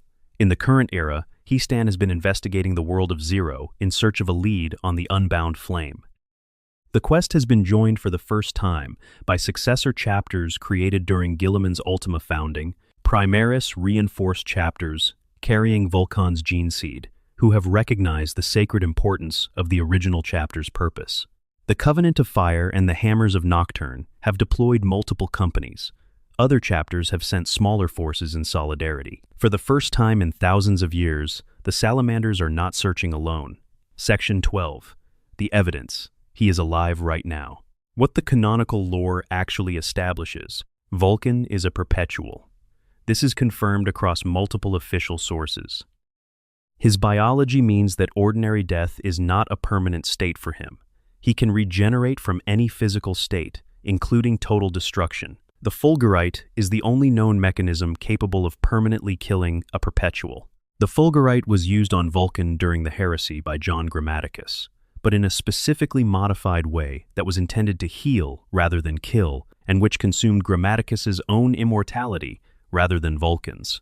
Vulcan subsequently regenerated and went on to fight through the Siege of Terra, the Great Scouring, and 3,000 years of active service. During the War of the Beast in M32, Vulcan was observed on Caldera, dying to orc weapons and returning each time. This is perpetual behavior. This is not the behavior of a being who has lost his regenerative capacity. After the explosion at Gorkograd during the first invasion of Ulanor, Vulcan's official status is missing in action, not dead, missing. Before the battle, he explicitly said his return was temporary, that he was destined to appear again for another war in another time. The Tome of Fire, written by Vulcan after the heresy, contains an explicit promise. When the Forgefather recovers all 9 artifacts and returns them to Nocturne, Vulcan will judge his sons and return. For Vulcan to have written that promise and scattered the artifacts, he had to be alive and cognitively functional well after the heresy's conclusion. A perpetual making an explicit promise on a 10,000-year timescale is not wishful thinking. It is planning. What can be reasonably inferred? Vulcan is somewhere in the galaxy right now. His perpetual nature means his missing status is not equivalent to death. His own words before disappearing established that his absence is temporary and purposeful. The mechanism of his return is tied to the completion of a specific quest that he constructed and that his sons have been pursuing for thousands of years. None of this is inconsistent with being alive. The current state of the galaxy is exactly what Vulcan described when he said there was another war in another time. The Great Rift, the existential crisis pressing on every front, the Imperium split and struggling, chaos at its most aggressive since the heresy itself. This is the moment he was talking about. The search is more active than it has ever been. The artifacts are being sought by more forces than at any point since their scattering. The Tome of Fire is still being studied. Vulcan lives. The evidence does not meaningfully support another conclusion. Section 13. Why Vulcan matters more than ever. The Warhammer 40,000 setting is deliberately, structurally dark. There is only war. The Imperium is a brutal institution that commits atrocities in the name of survival. Hope is rationed. The setting does not offer conventional narrative resolution. Into this darkness, Vulcan represents something specific and rare, an argument that the people behind the political structure are worth fighting for, not as an abstraction but as specific individuals with specific worth. He is the Primarch who cried for his sons in public, who built a culture that lives beside its people between wars, who treats the protection of civilians as a matter of honor rather than an operational inconvenience, who hesitated before a killing blow even when the Emperor's own voice told him to strike, because his nature cannot finalize something without looking for another door. These qualities made him unusual during the Great Crusade. They made Conrad Kurz believe they were a weakness to be exploited. They were wrong about that, in both cases. The Salamanders have maintained Vulcan's argument for 10,000 years without him physically present. They have done it through the Promethean cult, the Forge culture, the living among their people practice, the honor scars that map survival on each warrior's own body. They have done it through the Forgefather's quest, generation after generation of the chapter's greatest champion, dying in service to a purpose whose completion they would not see, but whose importance they never questioned. When Vulcan returns, what comes back is not simply a Primarch-class warrior. What comes back is the argument itself, carried by the person who wrote it in his own blood and scattered it across the galaxy as a test for his sons, given physical form and voice. The argument that the worth of ordinary human lives is not contingent on their tactical value, that what you build reflects who you are, that brotherhood is a practice, not a metaphor. The Great Rift era, the darkness pressing in from every direction, is precisely the moment this argument is most needed. Not as sentiment, but as the thing underneath all the strategy and the politics and the military operations, the answer to the question of why any of it matters. Guillemot can reform institutions and fight battles at scale. He is doing that work, and it is necessary work. But Vulcan represents something different, the reminder that the institutions are supposed to serve the people, not the reverse, that the people are the point. 4 artifacts remain. The Forge Father is searching. The quest is closer to completion than it has ever been, better resourced, more widely supported, moving with the urgency of a galaxy that recognizes its own darkness. The Tome of Fire is still being read. The promise is still live, the forge is burning, the unbound flame is out there somewhere. Vulcan lives. If you made it here, through all of that, thank you genuinely. You sat with a complicated story and let it unfold the way it deserved to, without rushing to the end. The story of Vulcan is one of the best in a setting full of extraordinary stories, precisely because it is built on patience, a craftsman's patience, the kind that looks at a piece of work and refuses to declare it finished before it actually is. 10,000 years of a promise maintained, encoded in blood and scattered across the galaxy, waiting for the moment his sons are ready to complete what he set in motion. That moment is getting closer. The search is more active than it has ever been. 4 artifacts remain. The Forge Father is moving. The galaxy is in exactly the state Vulcan described when he told Corland his return was temporary and that another war waited in another time. Subscribe if you want to be here when the next chapter of this kind of story arrives. We have more of this in us, and we tell these stories with the depth they deserve. In the comments, tell us where you are and what time it is. And tell us what you think the unbound flame actually is. Tell us where Vulcan has been for 9,000 years. Tell us what his return looks like in the era of the Great Rift. We want to know where your mind goes. We will see you in the next one. Q40K, the Primarch. Nobody knows is still alive in Warhammer 40K. This is why the Forge Father title carries such weight within the chapter. The Forge Father is the warrior judged to be the greatest craftsman among all salamanders in a given generation. He is not the chapter master. He is not the most powerful warrior or the most decorated veteran. He is the finest maker, the one whose work most completely embodies the Promethean ideal, and he takes on Vulcan's quest as his primary purpose, carrying the 3 artifacts already recovered and seeking the remaining ones at the cost of his own campaigns and sometimes his own life. He, Stan, who holds the Forge Father title in the current 41st Millennium lore, has been described carrying artifacts, seeking clues in the Tome of Fire, and most recently, investigating the enigmatic world called Zero in search of the next lead on the unbound flame. The Brander priests deserve their own extended attention because they are one of the most visually iconic and symbolically rich elements of salamander culture. Every warrior who completes the trials and is accepted fully into the chapter undergoes the brand. The patterns are specific to individuals, worked out through consultation between the Brander priest and the warrior, meaningful rather than arbitrary, connected to the warrior's history and the chapter's tradition. They go on the warrior's face, not somewhere easily hidden. The brand marks you publicly and permanently.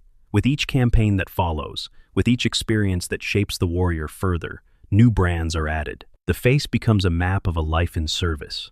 You can read a veteran salamander's history in his scars if you know how to read them.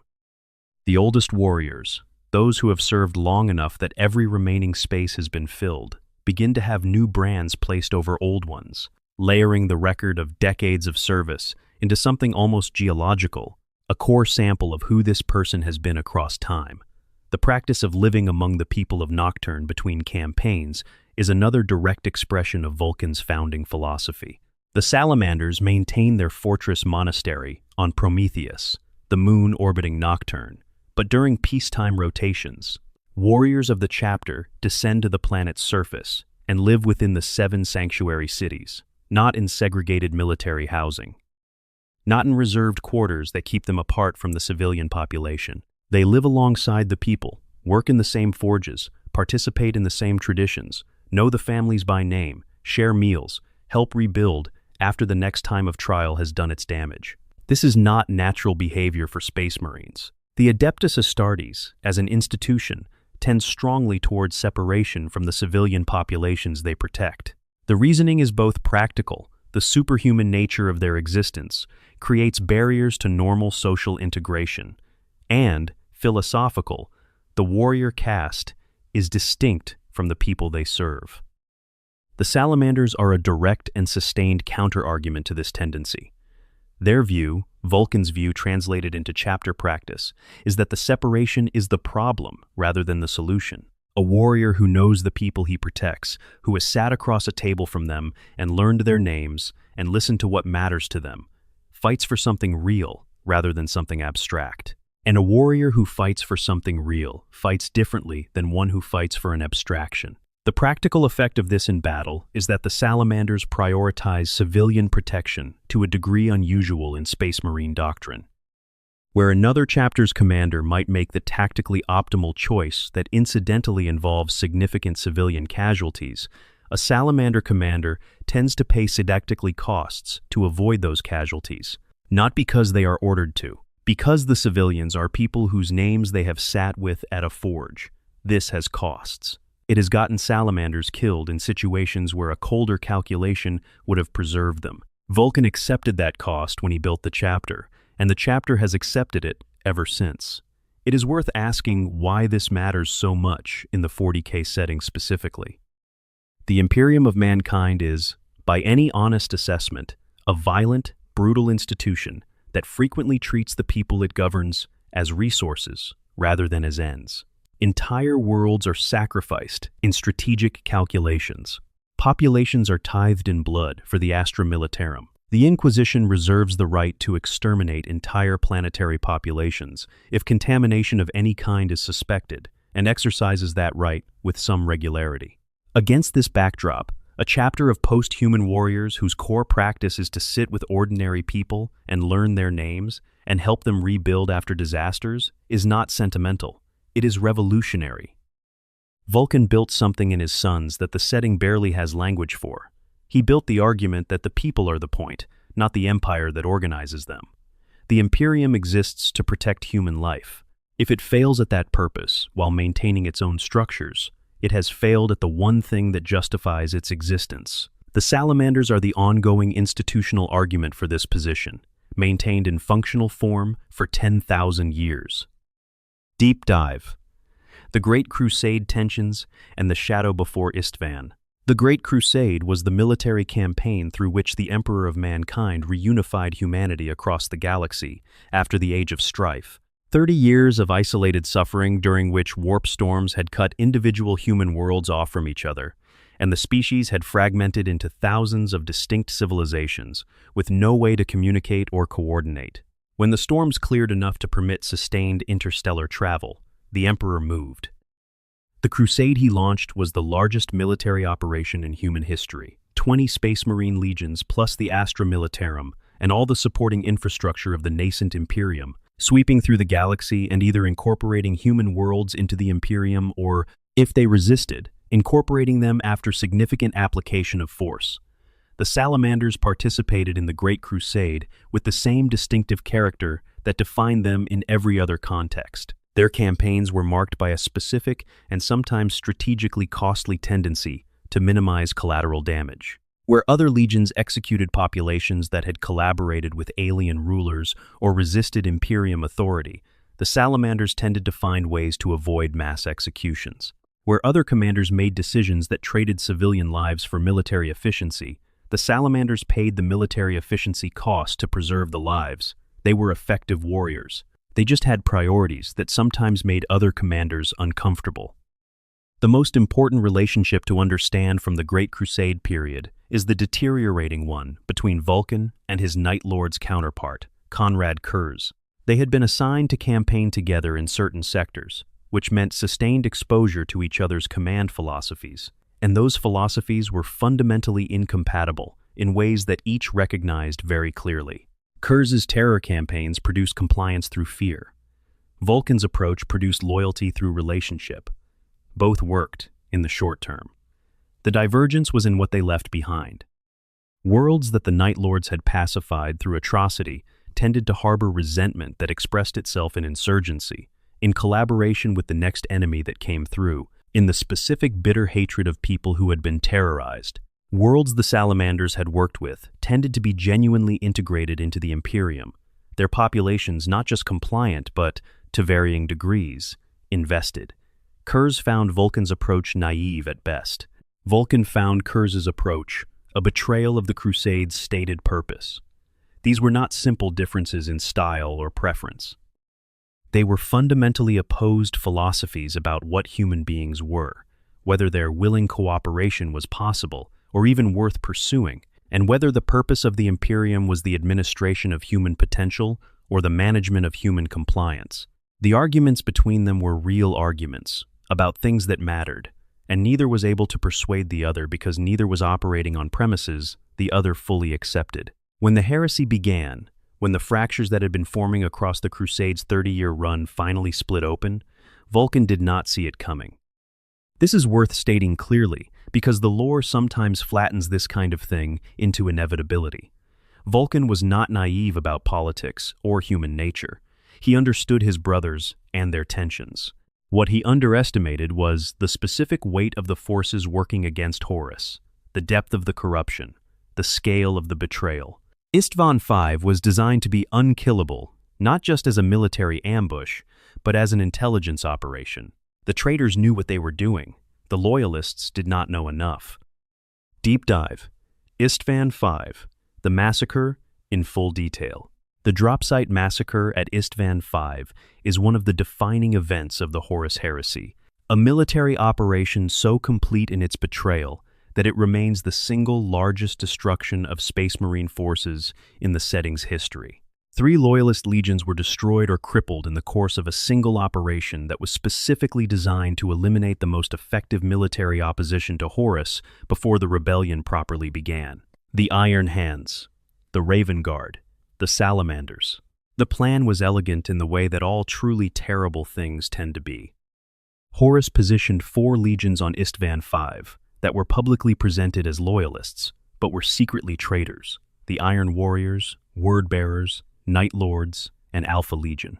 3 genuine loyalist legions were then sent as the second wave of an attack on what was supposed to be a punitive operation against Horus's staging ground. They landed in good faith, expecting to meet allied troops and finish a mopping-up action. They found enemies on every side. The Salamanders were hit with particular ferocity. They had not simply been caught in a crossfire, the way a more cautious force might have managed. They had advanced with the full commitment that genuinely believing in their allies required. They were deep in the kill zone when the second betrayal dropped on them from above, and they had no prepared defensive positions, no fallback routes that the encircling forces had not already cut off, and no way to know which of the surrounding forces were still nominally loyal and which had just revealed themselves as enemies. Vulcan fought. He fought with everything he had, which was more than any 10 ordinary warriors could match, even in his physically compromised state, surrounded on all sides by enemies who had planned this kill specifically. He covered retreats. He pulled brothers from situations that should have been final. He took hits that would have killed anyone else and kept moving, kept pushing back against the tide of fire and blades trying to drown them. He was not trying to win. There was no winning available at Istvan V. He was trying to get as many of his sons out as possible. The tally was staggering. 2/3 of the Salamander's legion died at Istvan V, or in the hours immediately following. The survivors were scattered, running, trying to reach any ship that might carry them away from a world that had become a killing field.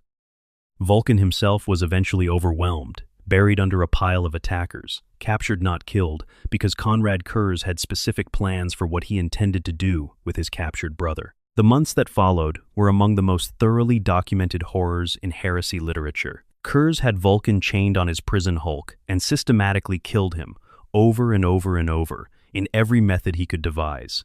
He wanted to understand what Vulcan was.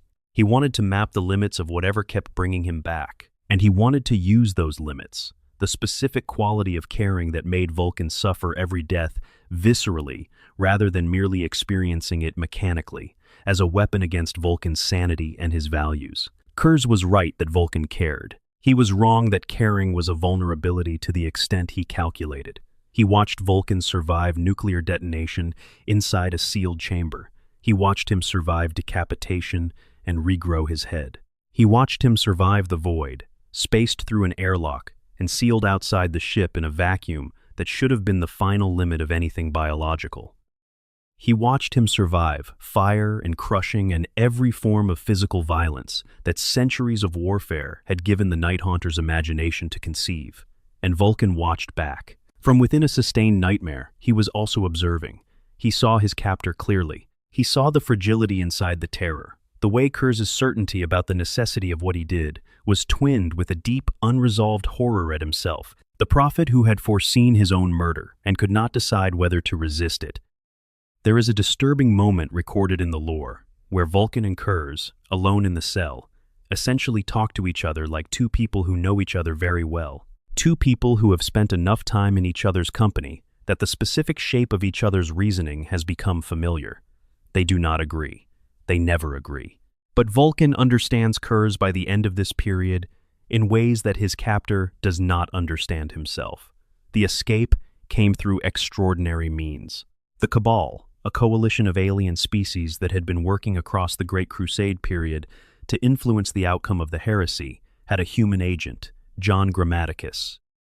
Grammaticus was a perpetual himself, modified into that state by alien technology rather than born to it, carrying the Fulgurite, a weapon constructed from a bolt of the Emperor's own psychic power that had struck the earth and crystallized into glass. The Fulgurite could kill a perpetual permanently.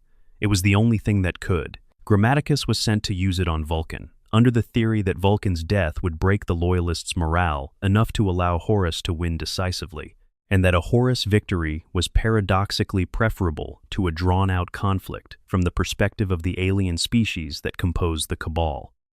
Their models suggested that Horus winning quickly would result in less total human population growth in the long term than the Imperium winning after a long civil war, which would allow humanity to expand further and pose greater existential risk to non-human species. Grammaticus found Vulcan on Macragge, where he had somehow arrived after escaping Kurz's prison hulk, already significantly psychologically damaged by months of sustained torture. He used the Fulgurite, but he did not use it as a killing weapon. He had looked at Vulcan and decided that the Cabal's calculations were wrong, that killing this specific person was not what the situation required. He modified the use, directing the Fulgurite's charge not to end Vulcan's existence, but to heal the psychological damage that Kurz had done, to restore the parts of Vulcan that had been fractured by the accumulated horror of his captivity. It worked. And it consumed Grammaticus's own immortality in the process. His perpetual nature burned away by the use of the weapon, leaving him mortal. He gave his immortality to save a being whose capacity to care was worth preserving at that cost. Vulcan recovered. Not perfectly or immediately. The healing took time, and the scars of that period are real ones. But he recovered himself, his values intact, his willingness to feel undiminished, and made his way back to his legion and then to Terra, Mount Deathfire, and the road to Terra. Before making the journey back to Terra for the final defense of humanity's home, Vulcan returned to Nocturne. The records of what specifically brought him back at this specific time are incomplete in the canonical sources, but what is established is that he went to Mount Deathfire, the most sacred site in Nocturnian spiritual tradition, and that what happened there was a completion of something. The geological and spiritual heart of Nocturne had held the essence of every salamander who had died and been committed to the Pyrium's fires. Centuries of ash from the chapter's honored dead, and older ash still from the Nocturnian people who had tended this mountain since before the Emperor found this world. Vulcan went into the mountain. The records say he entered the deepest chambers, accessible by any route, the places where the volcanic heat is so intense that ordinary materials simply cease to be, and that what came out of that descent was something changed. This is deliberately left mysterious in the lore. What the mountain held, what specifically happened in that descent, what Vulcan received or found or completed there, the sources do not fully explain. What they do say is that he emerged ready for Terra, ready for whatever came after. The journey to Terra during the siege was extraordinarily dangerous. The traitor forces controlled most of the routes. Horus's forces were positioned specifically to prevent loyalist reinforcement of the Sol system. Moving a Primarch through that blockade required the kind of operational security that would not have survived if anyone who was not essential to it had known the details.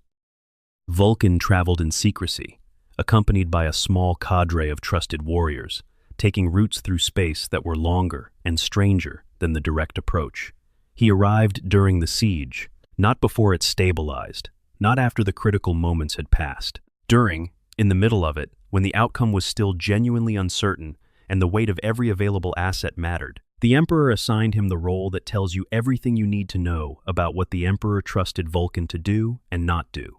He was given the Talisman of 7 Hammers and installed at the Golden Throne as its guardian, the weapon that could consume Terra, the dead man's switch of ultimate resort, in the hands of the Primarch least likely to press it without absolute necessity.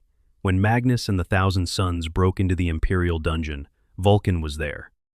What followed was one of the more remarkable sustained engagements in the siege narrative, a perpetual against one of the most powerful psychers in human history, with neither able to permanently end the other by conventional means.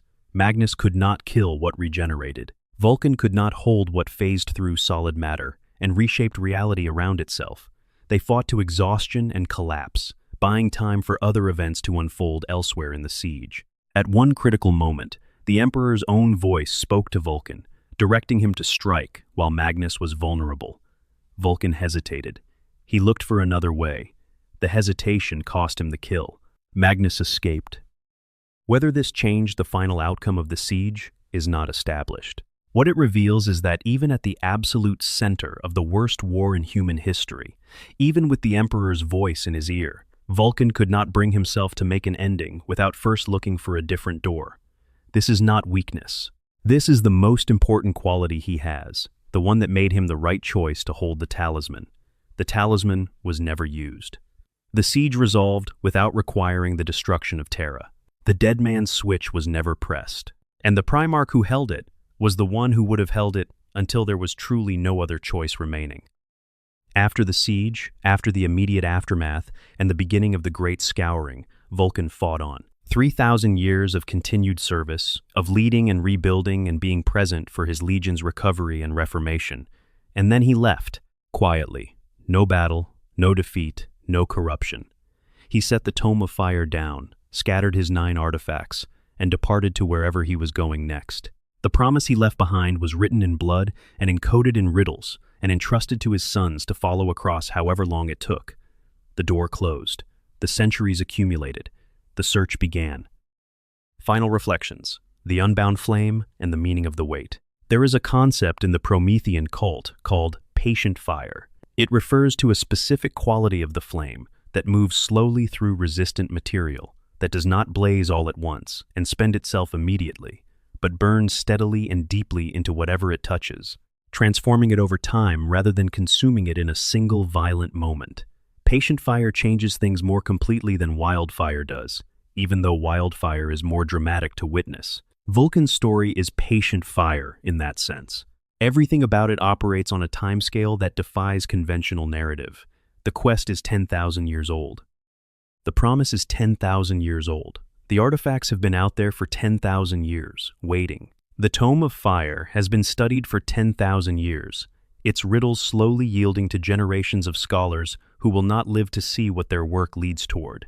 And somewhere in the galaxy, the being who set all of this in motion is out there, waiting, watching, engaged in whatever purpose he decided was worth the absence.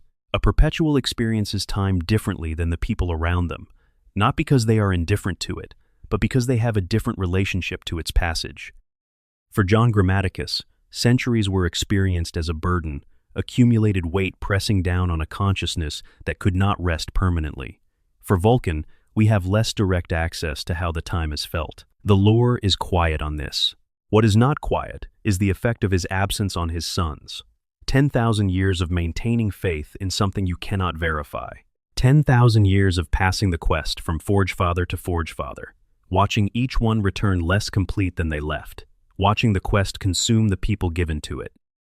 10,000 years of reading the Tome of Fire and finding encrypted passages that yield meaning slowly, and only to those willing to spend years in study. The salamanders have held to this with a fidelity that is almost incomprehensible unless you understand what Vulcan built in them. The Promethean creed, the forge culture, the practice of living beside their people between wars, the honor scars that map every warrior's history on his face. These are not decorations. They are the load-bearing elements of a culture that has remained structurally sound for 10,000 years, while empires and institutions and entire civilizations have risen and fallen around it. He built something that could last that long. He designed it to last that long. And in designing it to last that long, he was making an implicit statement about what he intended to return to. Sons who had kept faith, who had held the creed, who would be worthy when he came back to judge them by the standard he had set. The current state of the search is more active than it has been at any point in the quest's history. Heastan carries 3 artifacts and is actively pursuing leads on the 4th. Successor chapters created during Guilliman's Ultima founding have joined the effort. The Covenant of Fire and the Hammers of Nocturne have committed significant forces to supporting the Forge Father's mission. The galaxy is in exactly the state, split, desperate, pressing against annihilation on every front, that Vulcan described when he told Corland his return was for another war in another time. 4 artifacts remain: the Unbound Flame, the Obsidian Chariot, the Engine of Woes, the Song of Entropy. 4 riddles in the Tome of Fire, slowly yielding. 4 locations somewhere in a galaxy too vast to search, without the roadmap Vulcan encoded in blood and left for his sons. The most significant of the 4, in terms of the chapter's scholarly tradition, is the Unbound Flame, because within the Promethean cult's theological framework, the Unbound Flame is not just an artifact designation. It is the name for the fire that must burn before fundamental transformation can occur, the fire that precedes and enables the new thing. And some voices within the chapter's scholarly tradition have proposed that the Unbound Flame, as the 9th and final artifact, may not be an object in the conventional sense at all, that what the Forge Father will ultimately find when he follows the last riddle to its conclusion is not a weapon or a relic, but the Primarch himself, that Vulcan is the Unbound Flame, that finding the last artifact means finding him. This reading is speculation, clearly labeled as such within the lore rather than presented as confirmed fact, but it is consistent with everything we know about how Vulcan thinks and what he values. The craftsman who taught that what you build reflects who you are scattered himself across 9 artifacts and a book written in his own blood. The final thing to be found, after everything else has been recovered, is the Maker himself. The fire that scattered everything comes home.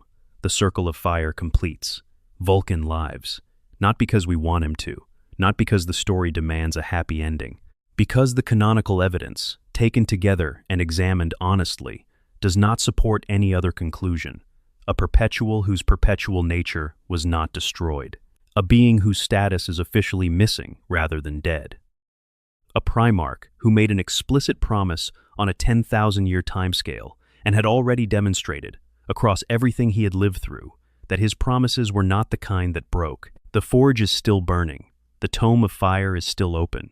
The Forge Father is still searching. Vulcan is out there. If you have stayed through all of this, if you followed every thread from the Comet Child in the Ash to the Perpetual in the Dark between the stars, then you have just spent time with one of the best stories in a setting overflowing with extraordinary ones.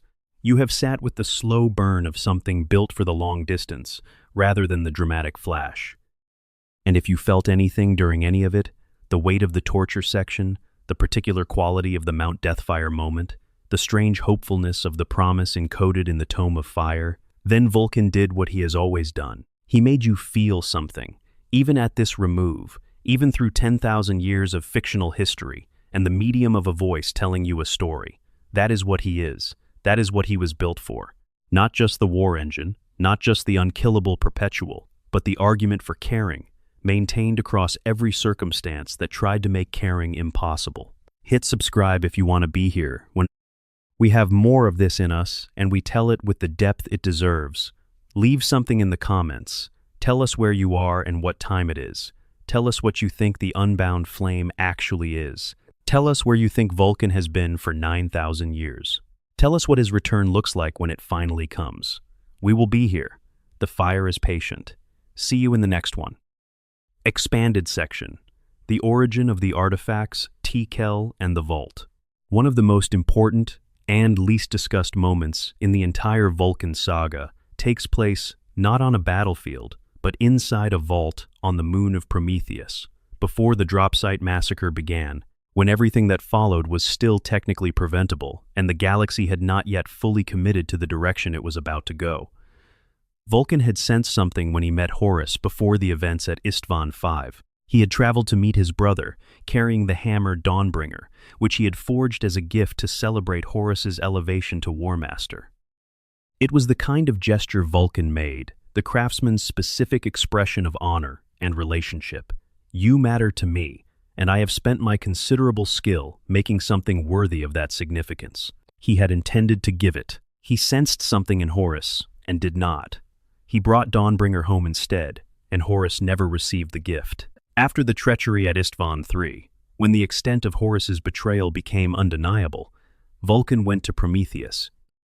He went to his vault, the enormous repository of weapons and relics he had crafted across decades of the Great Crusade, items that represented not just his technical skill, but his specific relationship with creation, the craftsman's meditation on what he was building and why. And he made a decision that only someone who thought very clearly about the relationship between creation and destruction could have made. He decided to destroy them all, not in despair, not in rage. In cold, clear-eyed logic, Vulcan had always understood that weapons were tools, that the worth of a tool depended entirely on the character of the person using it.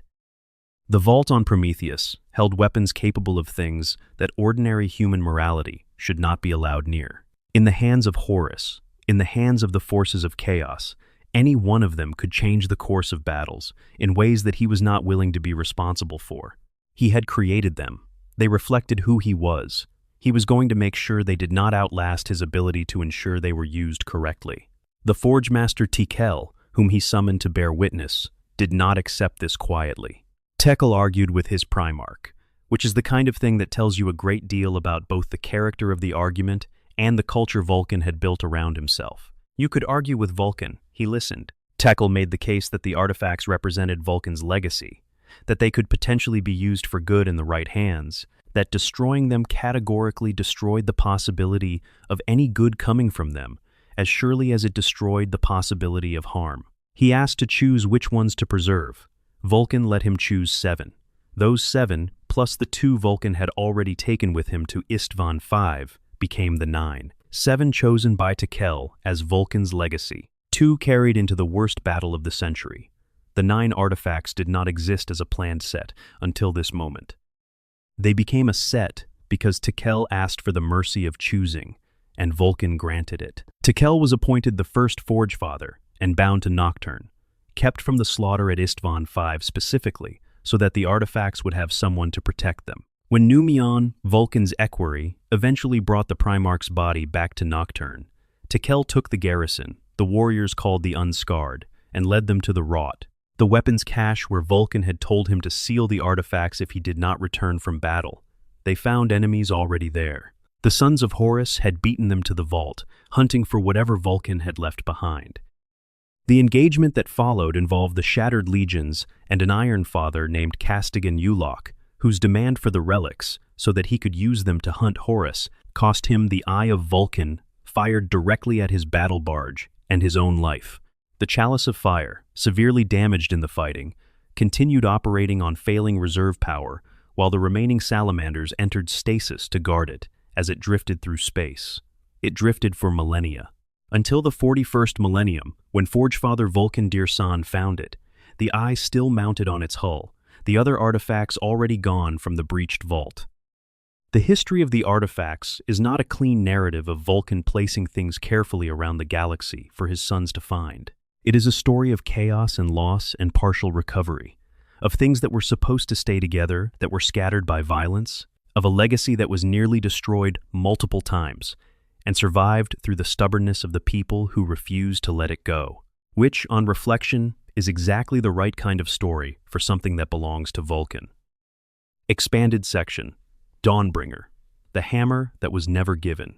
The story of Dawnbringer deserves its own sustained attention because it encodes, in a single object, something essential about who Vulcan is and what kind of judgments he makes. He forged the hammer for Horus. This is the important starting point. He looked at his brother's elevation to War Master, and he decided that the appropriate response was to make something. Not to attend a ceremony, not to give a speech. To spend weeks or months in the forge, applying his divine craftsmanship to the creation of an object that would express, in the only language Vulcan fully trusted, the significance of the relationship and the occasion. The hammer was everything he could make it. Reputedly indestructible. Equipped with teleporter technology that could carry its wielder across vast distances from one world to another. Something worthy of the most powerful military commander in human history. Made by the brother who admired that command. He had it in his hands when he met Horus. He intended to present it, and something stopped him. Not a vision or a warning or any supernatural signal. He looked at Horus, and he felt something. A darkness within him, the accounts say. A quality in the encounter that made the gift feel wrong. And Vulcan, who had spent his entire existence trusting what he felt about people, who had built a culture around the idea that genuine human connection was more reliable as a guide than abstract principle, trusted what he felt in that moment.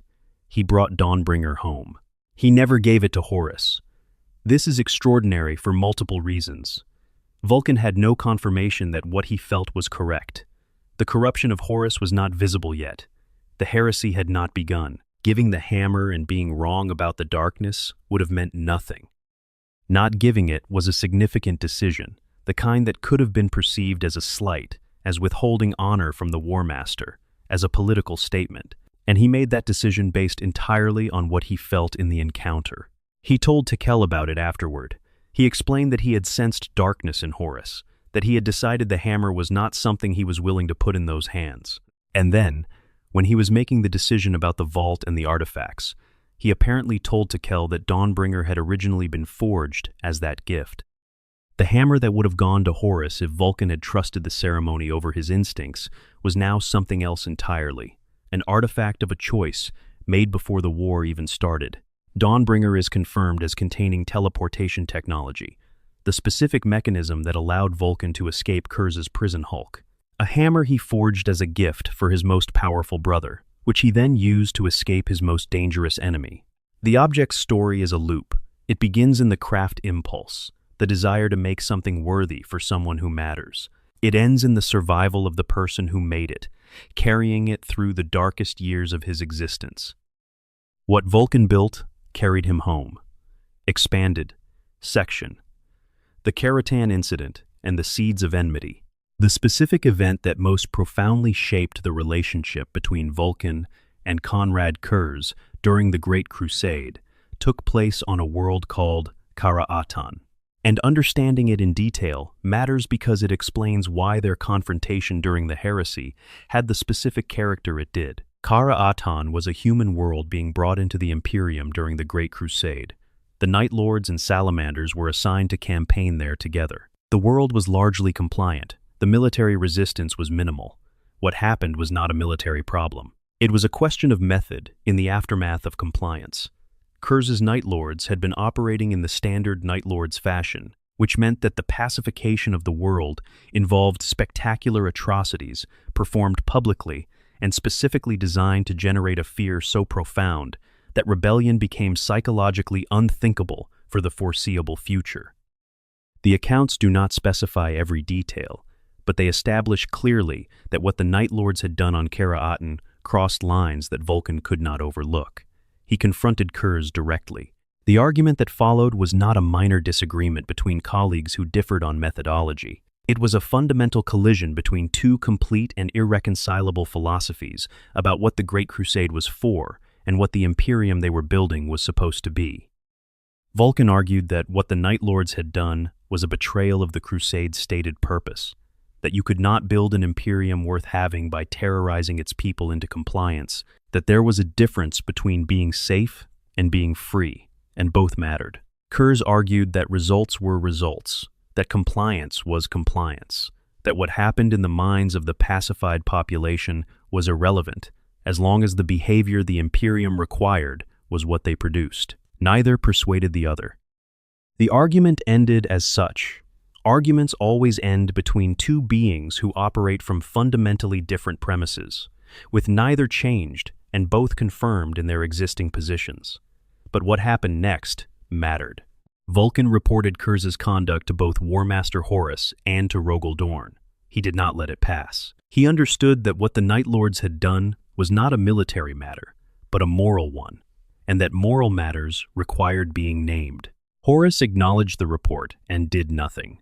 Dorn acknowledged it and was disturbed. Kurz learned that Vulcan had reported him and added this to whatever was already accumulating in the dark spaces of his prophetic mind. When the heresy came and Kurz had Vulcan in chains, the Kara-Atan report was part of the specific history between them, part of what Kurz thought he understood about Vulcan, part of what he thought he was testing when he killed his brother over and over and waited to see what came back. He thought he was testing the facade. He had spent the Great Crusade watching Vulcan perform virtue and assuming performance was what it was.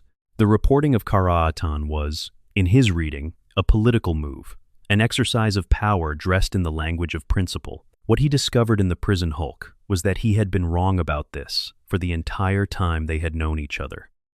The virtue was not a facade, the principle was not performance, and that discovery did not make him rethink his worldview.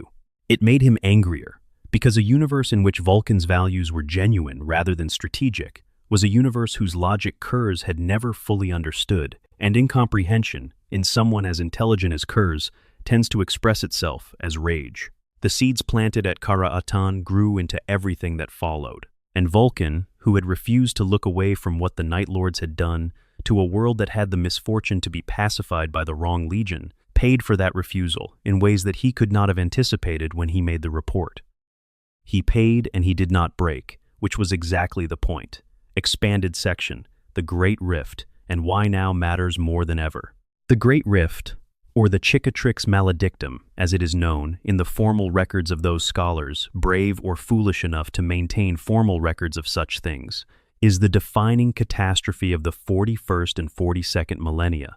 It is a massive tear in reality itself, a crack in the boundary between the physical universe and the immaterial dimension called the warp, stretching across the galaxy in a rough diagonal and dividing imperial space into two regions.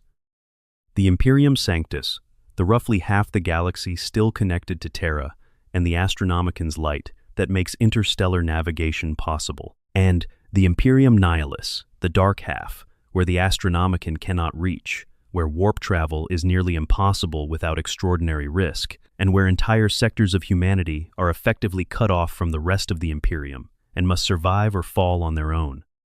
The Great Rift was opened by the events that followed the fall of Cadia, the Chaos Fortress world that guarded the Eye of Terror for 10,000 years, and whose destruction during Abaddon, the Despoiler's 13th Black Crusade, triggered a cascade of disasters that culminated in the warp itself, splitting, open, across the galaxy. The scale of what this means is genuinely difficult to hold in the mind at once.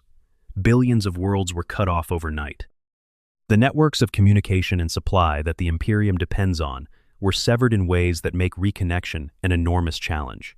Even with the full resources of the renewed Primaris initiative and Reboot Guilliman's return to active leadership, into this context comes the Forge Father's quest, and the specific reason why that quest is more urgent now than it has ever been in the 10,000 years since Vulcan disappeared. The Unbound Flame, the most significant of the four remaining artifacts, and the one whose potential location Heastan is currently investigating, is somewhere in Imperium Nihilus.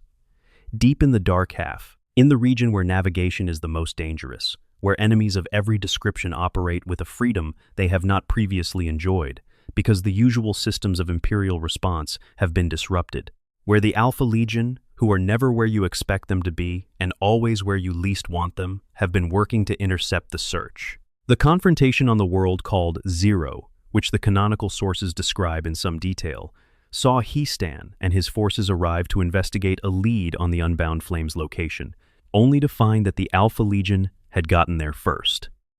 The Covenant of Fire, one of the Salamander's successor chapters that had joined the search, had been infiltrated. Elements of its forces had been turned. The Alpha Legion had swayed much of the world to their cause in the time before Heastan arrived, converting what should have been a search into a contested military operation. They prevailed. The Alpha Legion withdrew rather than continue a fight that had been complicated by their infiltration's exposure. But the search for the unbound flame on Zero came up empty. Whatever clue Stan had been following did not lead to the artifact itself, only to a smoldering ember of a trail, something sensed rather than confirmed, that has pushed him deeper into Imperium Nihilus in the aftermath, deeper into the dark, pushing further into the half of the galaxy that the light of the Astronomicon cannot reach, following a fire that only the Forge Father can sense.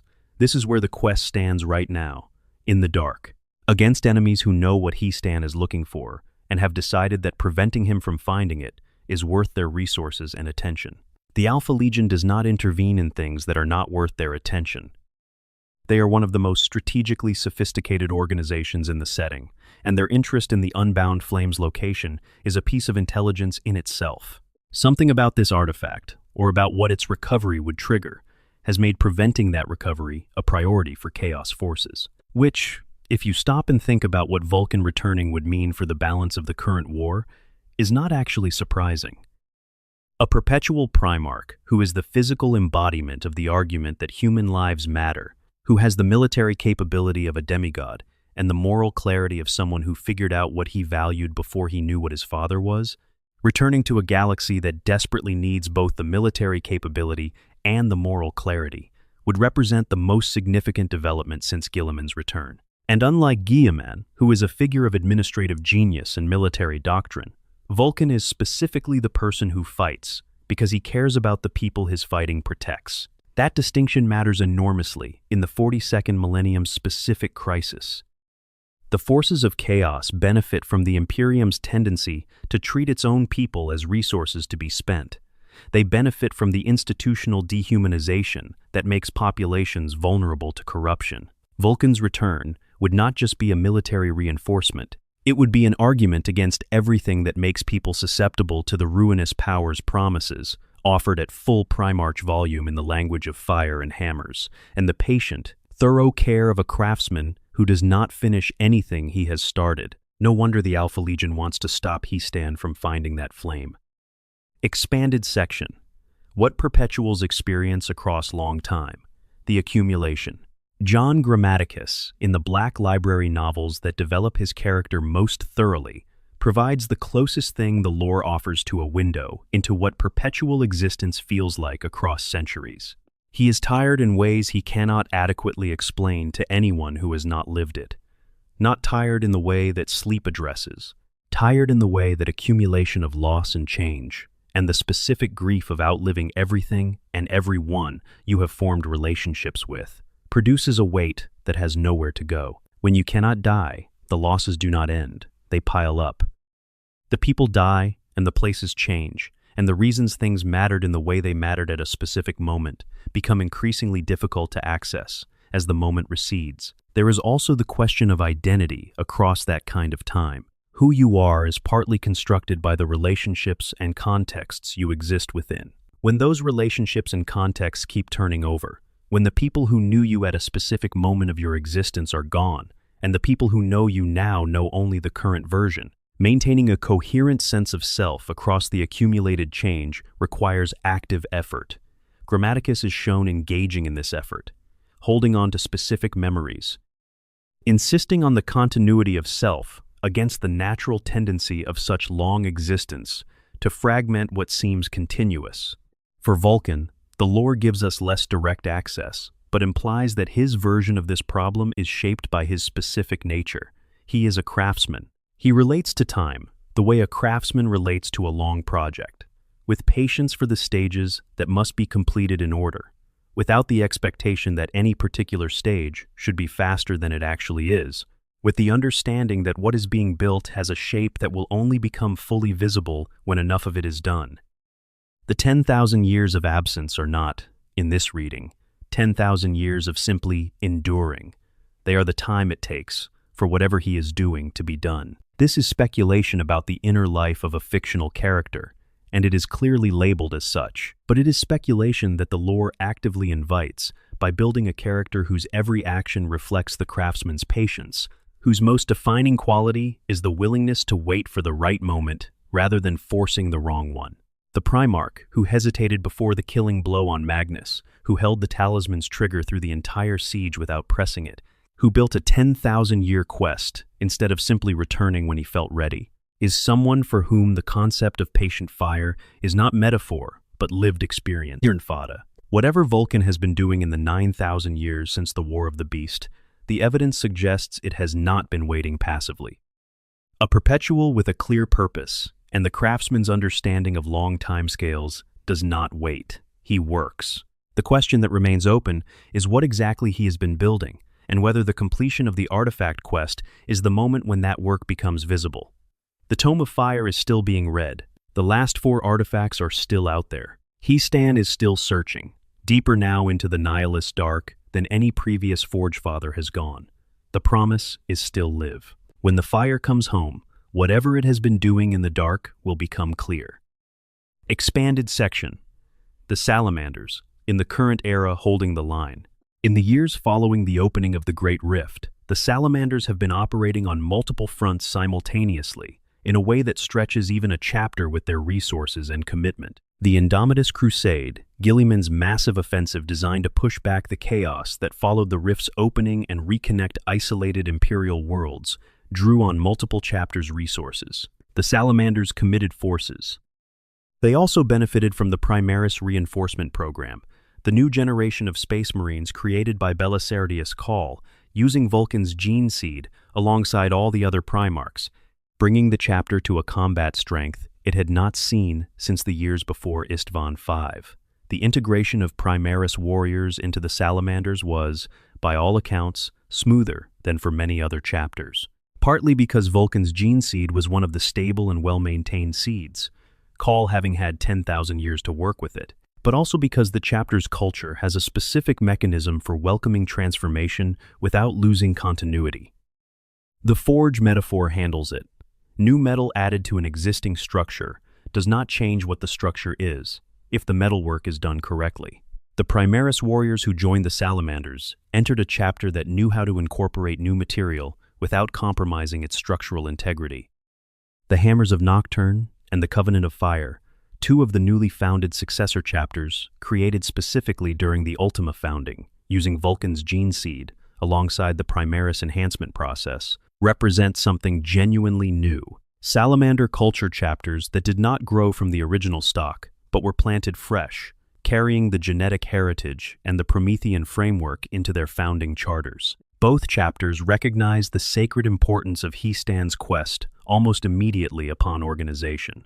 Both have committed significant forces to supporting it.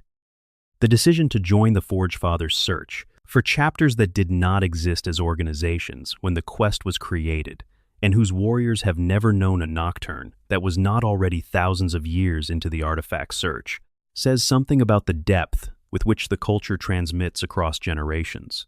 They had not known Vulcan. They had not been there when the promise was made. They joined the search anyway, because what the Tome of Fire said and what the chapter's scholars had devoted their lives to interpreting was clear enough about the purpose and significant enough to be worth their commitment. In the Imperium Nihilus, specifically, the Salamanders have been fighting the kind of campaigns that define the Rift era. Isolated, resource-constrained, fighting without the usual infrastructure of Imperial support, on worlds that have been cut off long enough to have changed significantly from whatever the maps say they should be.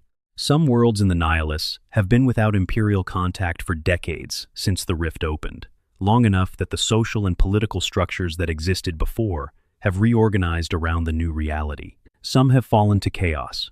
Some have been invaded by orc forces or tyrannid vanguard organisms taking advantage of the disruption. Some have simply gone quiet, in ways that mean either they are fine and isolated, or they are not, and no one knows yet. He-Stan navigates this dark territory with the Tome of Fire's guidance and the 3 artifacts he carries, each one still active and functional after 10,000 years, in the manner that only Vulcan's craftsmanship could produce. The spear's flame burns as bright as it ever has. Kaysari's mantle, made from the hide of a fire drake that survived volcanic immersion on Nocturne's surface, provides protection that the millennia have not diminished. The gauntlet responds to He Stands' intent, with the precision that only a weapon shaped specifically for a Primarch's hand and then inherited by the most worthy of his sons could manage. He goes into the dark. He searches for what the tome describes, but does not name directly, following a clue that presents itself as a feeling, a sensed rather than sighted warmth, the smoldering ember of a trail that has led him from zero, deeper still, into the nihilus. Other chapters pray for his success. The whole of the Salamander's culture is oriented around the moment when that trail ends in an artifact, and then toward the moment 3 trails after that, when the last one is found, and the promise activates, and Vulcan comes home. Expanded section. The physical description of Vulcan, the Primarch as person. Among all the Primarchs, Vulcan's physical description is among the most distinctive, and examining it in detail matters because his physicality is not separable from who he is, in the way that might be possible for a more purely cerebral figure. Vulcan exists in his body in a particular way. The craftsman's relationship with physical material, the understanding of what things feel like in the hand and under the hammer, the tactile knowledge of different metals at different temperatures, all of this lives in his hands, and in the specific way he moves through spaces and interacts with objects. He is the largest of the Loyalist Primarchs in terms of raw physical mass, described as physically the strongest of all 20, which is a remarkable distinction in a group that includes Angron, who is essentially a rage engine, and Sanguinius, who is considered the greatest warrior among them. The strength is not just biological, it is practiced. A Primarch who spends significant time at a forge, moving hammers that would be immovable to anyone else, working metal with hands that can sense the temperature changes with the precision of instrumentation, develops strength in a way that is qualitatively different from strength trained purely for combat. His skin is the color of volcanic glass, dark in a way that carries the specific undertone of heat-transformed stone. The gene seed of the salamanders causes the melanochrome organ to react to Nocturne's intense radiation by producing the melanin overdrive that makes salamander's skin notably darker than most human standard. And this quality is present in Vulcan at its most extreme expression. His eyes burn red, like cooling lava, or like embers in the specific moment just before they either die or ignite again. This eye color, also produced by the gene seed's interaction with Nocturnian radiation, is distinctive enough that salamanders are often recognizable, even out of armor. He carries himself with the contained patience that is his most characteristic quality. He does not dominate a space the way some Primarchs do, filling it with aggressive presence, demanding attention through the sheer force of their personality's projection. He occupies space the way a significant geological feature does, thoroughly, quietly, with the kind of presence that you notice gradually rather than immediately, and that becomes more significant the longer you remain aware of it. He listens when people speak. He asks questions that suggest he is actually interested in the answers. He makes eye contact in a way that is attentive rather than intimidating. In the Forge, he is different from everywhere else. In the Forge, the contained patience becomes focused intensity, the quality of attention that a master craftsman brings to a piece at a critical stage, where a millimeter of deviation from the correct angle, or a half second of deviation from the correct timing, will produce a different result from the one intended. He has been observed working for periods extending beyond what any ordinary human or even any ordinary space marine could sustain. Engaged in metalwork so complex that the concentration required cannot be interrupted without losing something irreplaceable in the piece. He does not appear to notice the passage of time when he is working at this level. He notices only the metal. This is the being who will return when the quest completes, the largest and physically strongest of the Loyalist Primarchs, carrying the patience of a craftsman and the grief of a parent and the specific kind of hope that only works on very long timescales, shaped by 10,000 years of whatever he has been doing in the dark, arriving in a galaxy that has needed him for most of that time. He has been patient. He has been building something. In whatever form that building takes when a perpetual Primarch is the craftsman and the galaxy's survival is the medium. He is coming back because the tome says he will, and because his perpetual nature means that the only alternative to coming back is the permanent death of the Fulgurite. And Grammaticus made very sure that death was not what happened. The fire is patient, the forge is Rennie. The Forge Father is searching. Vulcan Lives. Expanded section. why Gaming Workshop keeps him alive in the narrative. From a purely meta perspective, a question worth sitting with is why the narrative keeps Vulcan alive, rather than simply confirming his death and moving on. The setting has not been shy about killing off beloved characters. Sanguinius died at the Siege of Terra and stays dead, his loss a permanent wound in the setting's emotional landscape. Ferrus Manus was beheaded, and that finality has never been reversed. Rogel Dorn's fate is ambiguous, but leans toward death. The setting does not generally shy away from ending things. Vulcan's sustained ambiguity is deliberate, and it is deliberate for the same reasons that the setting keeps several other Primarchs in ambiguous states, because the return of a Primarch is one of the largest narrative levers available, and using it requires the right moment.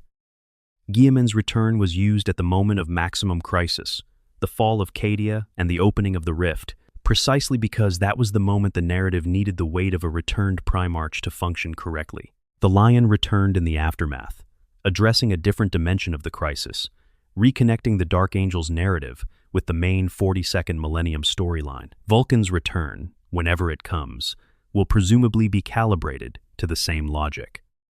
It will come when the narrative needs specifically what he represents, the argument for humanity's worth rather than the argument for humanity's survival, the voice that says the people we are fighting for matter as specific individuals rather than as an abstract population to be defended. In a setting where the argument for pure survival efficiency is increasingly dominant, where Guilliman's pragmatic reforms and the Primaris replacement program raise uncomfortable questions about continuity and identity, Vulcan's return would represent the counterargument delivered at Primarch Volume.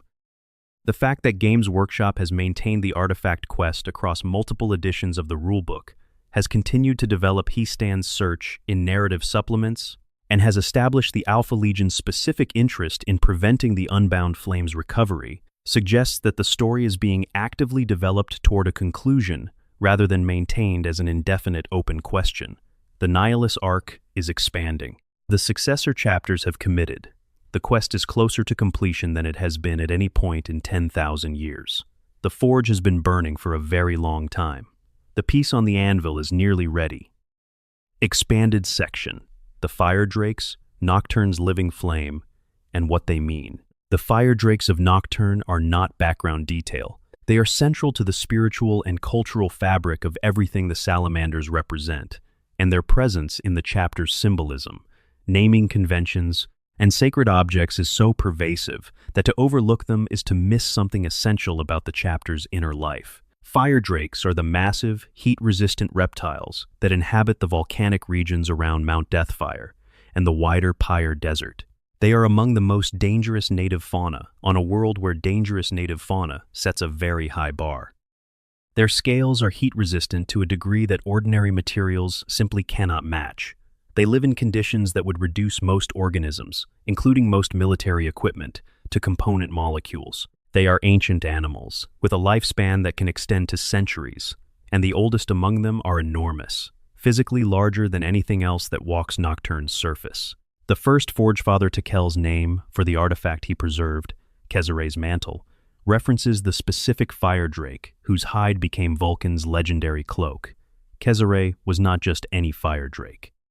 She was one of the ancient ones, living for centuries in the volcanic heart of the continent, and the cloak made from her scales carries not just the practical heat resistance of fire drake material, but the specific history of that animal's long existence. The chapter's elite warriors, the fire drakes, take their name from the same source. These are the Terminator armored veterans of the First Company, the salamanders whose long service and demonstrated capability have elevated them to the chapter's most prestigious fighting formation. They fight in the manner their name suggests, patient, immovable, advancing through conditions that should stop anything, precisely the same qualities that the actual fire drakes demonstrate by existing in volcanic lava fields that should not support life. Vulcan's personal standard, his banner, featured fire drake imagery. His hammer, Dawnbringer, is described in the tradition that fire drake scale informs the grip. The chapter's fortress monastery on Prometheus looks down on Nocturne's fire drake territories. The connections are too pervasive and too specific to be decorative. The fire drake is the living embodiment of everything the Promethean Creed teaches about how to survive impossible conditions. not by avoiding them, but by becoming the kind of thing that impossible conditions cannot stop. The tournament that led to Vulcan meeting the Emperor involved slaying fire drakes. The specific competition, who could kill the largest one, was designed to test the qualities that Nocturnian culture valued most: courage, patience, planning, the willingness to go to the most dangerous place and engage the most dangerous thing, rather than taking a safer option that would produce a lesser result. Vulcan killed a massive specimen with a single hammer blow. The Emperor killed a larger one with a sword, and then used its hide to save Vulcan's life. The fire drakes were present at the moment of Vulcan's reunion with his father, in the most literal possible way, woven into the test itself. They remain woven into everything that followed. The chapter that still searches for its lost Primarch does so under the sign of the fire drake. The cloak that the current Forgefather wears, one of the 9 artifacts he carries, was made from one. The tradition continues because the tradition is true.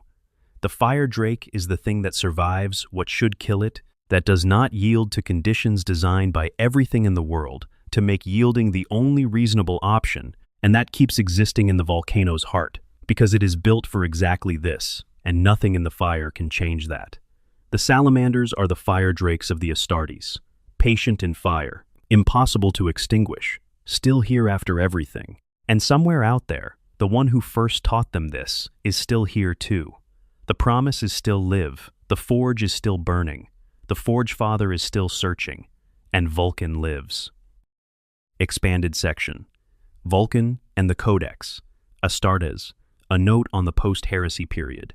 One detail of the post-heresy period that the lore mentions, but does not extensively develop, is Vulcan's position on the Codex Astartes, the foundational document of post-heresy space marine organization that Robert Guilliman authored, and that divided the existing legions into the smaller chapter structure, still in use in the 41st millennium. The records suggest Vulcan was among those who opposed the Codex. The accounts do not elaborate extensively on his specific reasoning, which is appropriate given how little of his post-heresy presence is preserved in any detailed form. But the general shape of the objection can be inferred from what is known about his character and the Salamanders' specific situation. The Salamanders at the end of the heresy were rebuilding from an extremely depleted state. Istvan V had destroyed the majority of the legion. The rebuilding effort across the subsequent 3,000 years of Vulcan's continued presence was exactly that, a sustained effort to bring the chapter back to something approaching its former strength. Dividing what existed at the heresy's conclusion into the smaller formation the Codex prescribed would have left the Salamanders with a chapter-sized force that was already under strength. The practical objection to fragmentation when you are still recovering from near destruction is obvious. But there may have been something deeper in the objection as well. Vulcan had built the Salamanders around the specific idea of brotherhood as a lived practice, not just a military concept. The close bonds between warriors that the Promethean Creed emphasized, the practice of living beside the people of Nocturne, the transmission of culture through the Forge community. These things function at scale. Breaking the Legion into smaller chapters also broke the specific transmission mechanism that Vulcan had built. The culture survived because the chapter structure the Codex prescribed was small enough that culture transmission still worked within it. But whether Vulcan anticipated this, or whether his objection was more practical, remains ambiguous in the sources. He led the Salamanders for 3,000 years after the heresy. Through Codex compliance or not, through decades of rebuilding and campaigns and the slow process of filling the ranks that Istvan had emptied, he was there. And then he left. And what he left behind was a chapter that had taken everything he gave it and built an institution robust enough to survive 10,000 years of his absence without fracturing. That is the greatest evidence of his capabilities as a builder, not the weapons in the vault, not the talisman of 7 hammers or Dawnbringer or the spear that burns through ceramite. The greatest thing Vulcan ever built is the thing that is still standing after 10,000 years without him, the Salamanders. And they will be standing when he comes back, carrying the last artifact home and the marks of every year and every battle on their faces, exactly as he expected. He knew what he was building. He built it to last, and it has. That is the craftsman's greatest compliment. The work endures, the forge holds, the fire never goes out. Vulcan lives. The evidence says so. The artifacts say so. The Tome of Fire says so. The promise he made in his own blood, dispersed across the galaxy, and tended across 10 millennia by sons who refused to let the quest die, says so. Somewhere in the dark, between the stars, the fire endures. It is patient. It is building towards something. And when Hestand finds the last ember, when the Forge Father returns to Nocturne with the circle complete, the fire that never went out will come home, and it will have been worth every year of the wait. A note on the 9, the complete record of what has been found and what remains. For those who want the complete accounting of where the artifact quest stands at the current canonical moment, here is the full record as established across the lore sources.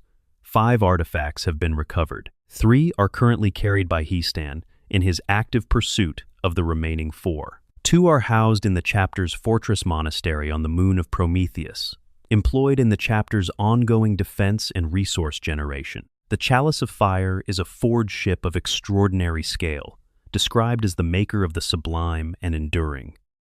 It was found drifting in space in the 41st millennium by Forge Father Vulcan Dirsan, operating on failing reserve power with a garrison of salamanders who had entered stasis to guard it across the centuries. It had been drifting.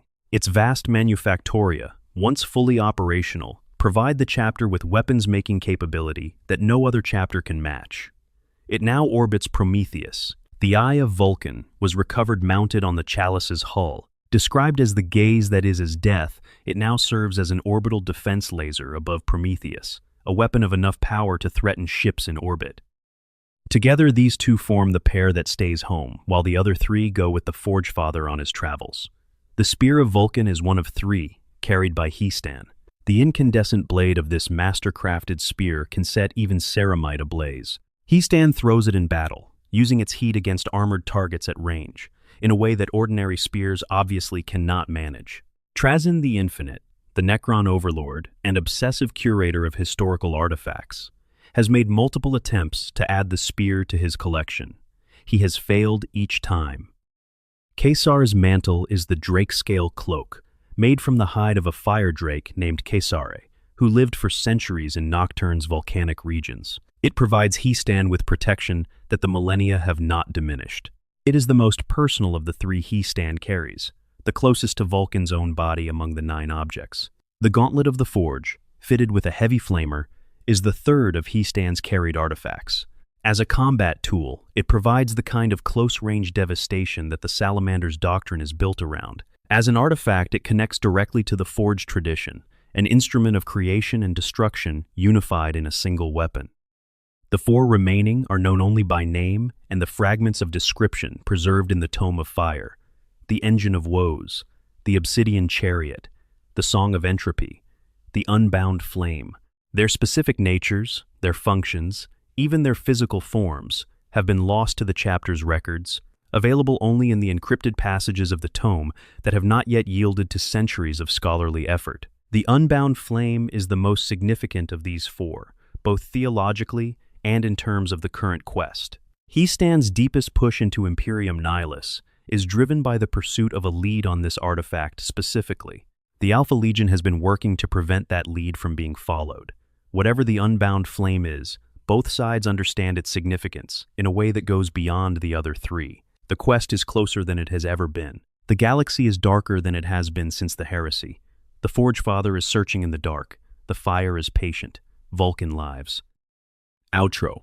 If you have stayed through all of this, if you followed every thread from the Comet Child in the Ash to the Perpetual in the Dark between the stars, then thank you. You sat with a complicated story and let it unfold the way it deserved to. Vulcan's story is built on patience, a craftsman's patience, the kind that looks at a piece of work and refuses to declare it finished before it actually is. 10,000 years of a promise maintained, encoded in blood and scattered across the galaxy, waiting for the moment his sons are ready to complete what he set in motion. That moment is getting closer. The search is more active than it has been at any point in the quest's history. 4 artifacts remain. The Forge Father is moving deeper into the Nihilus dark. The galaxy is in exactly the state Vulcan described when he told Corland his return was temporary, that another war waited in another time. Subscribe if you want to be here when the next chapter arrives. We have more of this in us. In the comments, tell us where you are and what time it is. Tell us what you think the unbound flame actually is. Tell us where Vulcan has been for 9,000 years. We will be here. The fire is patient. See you in the next one.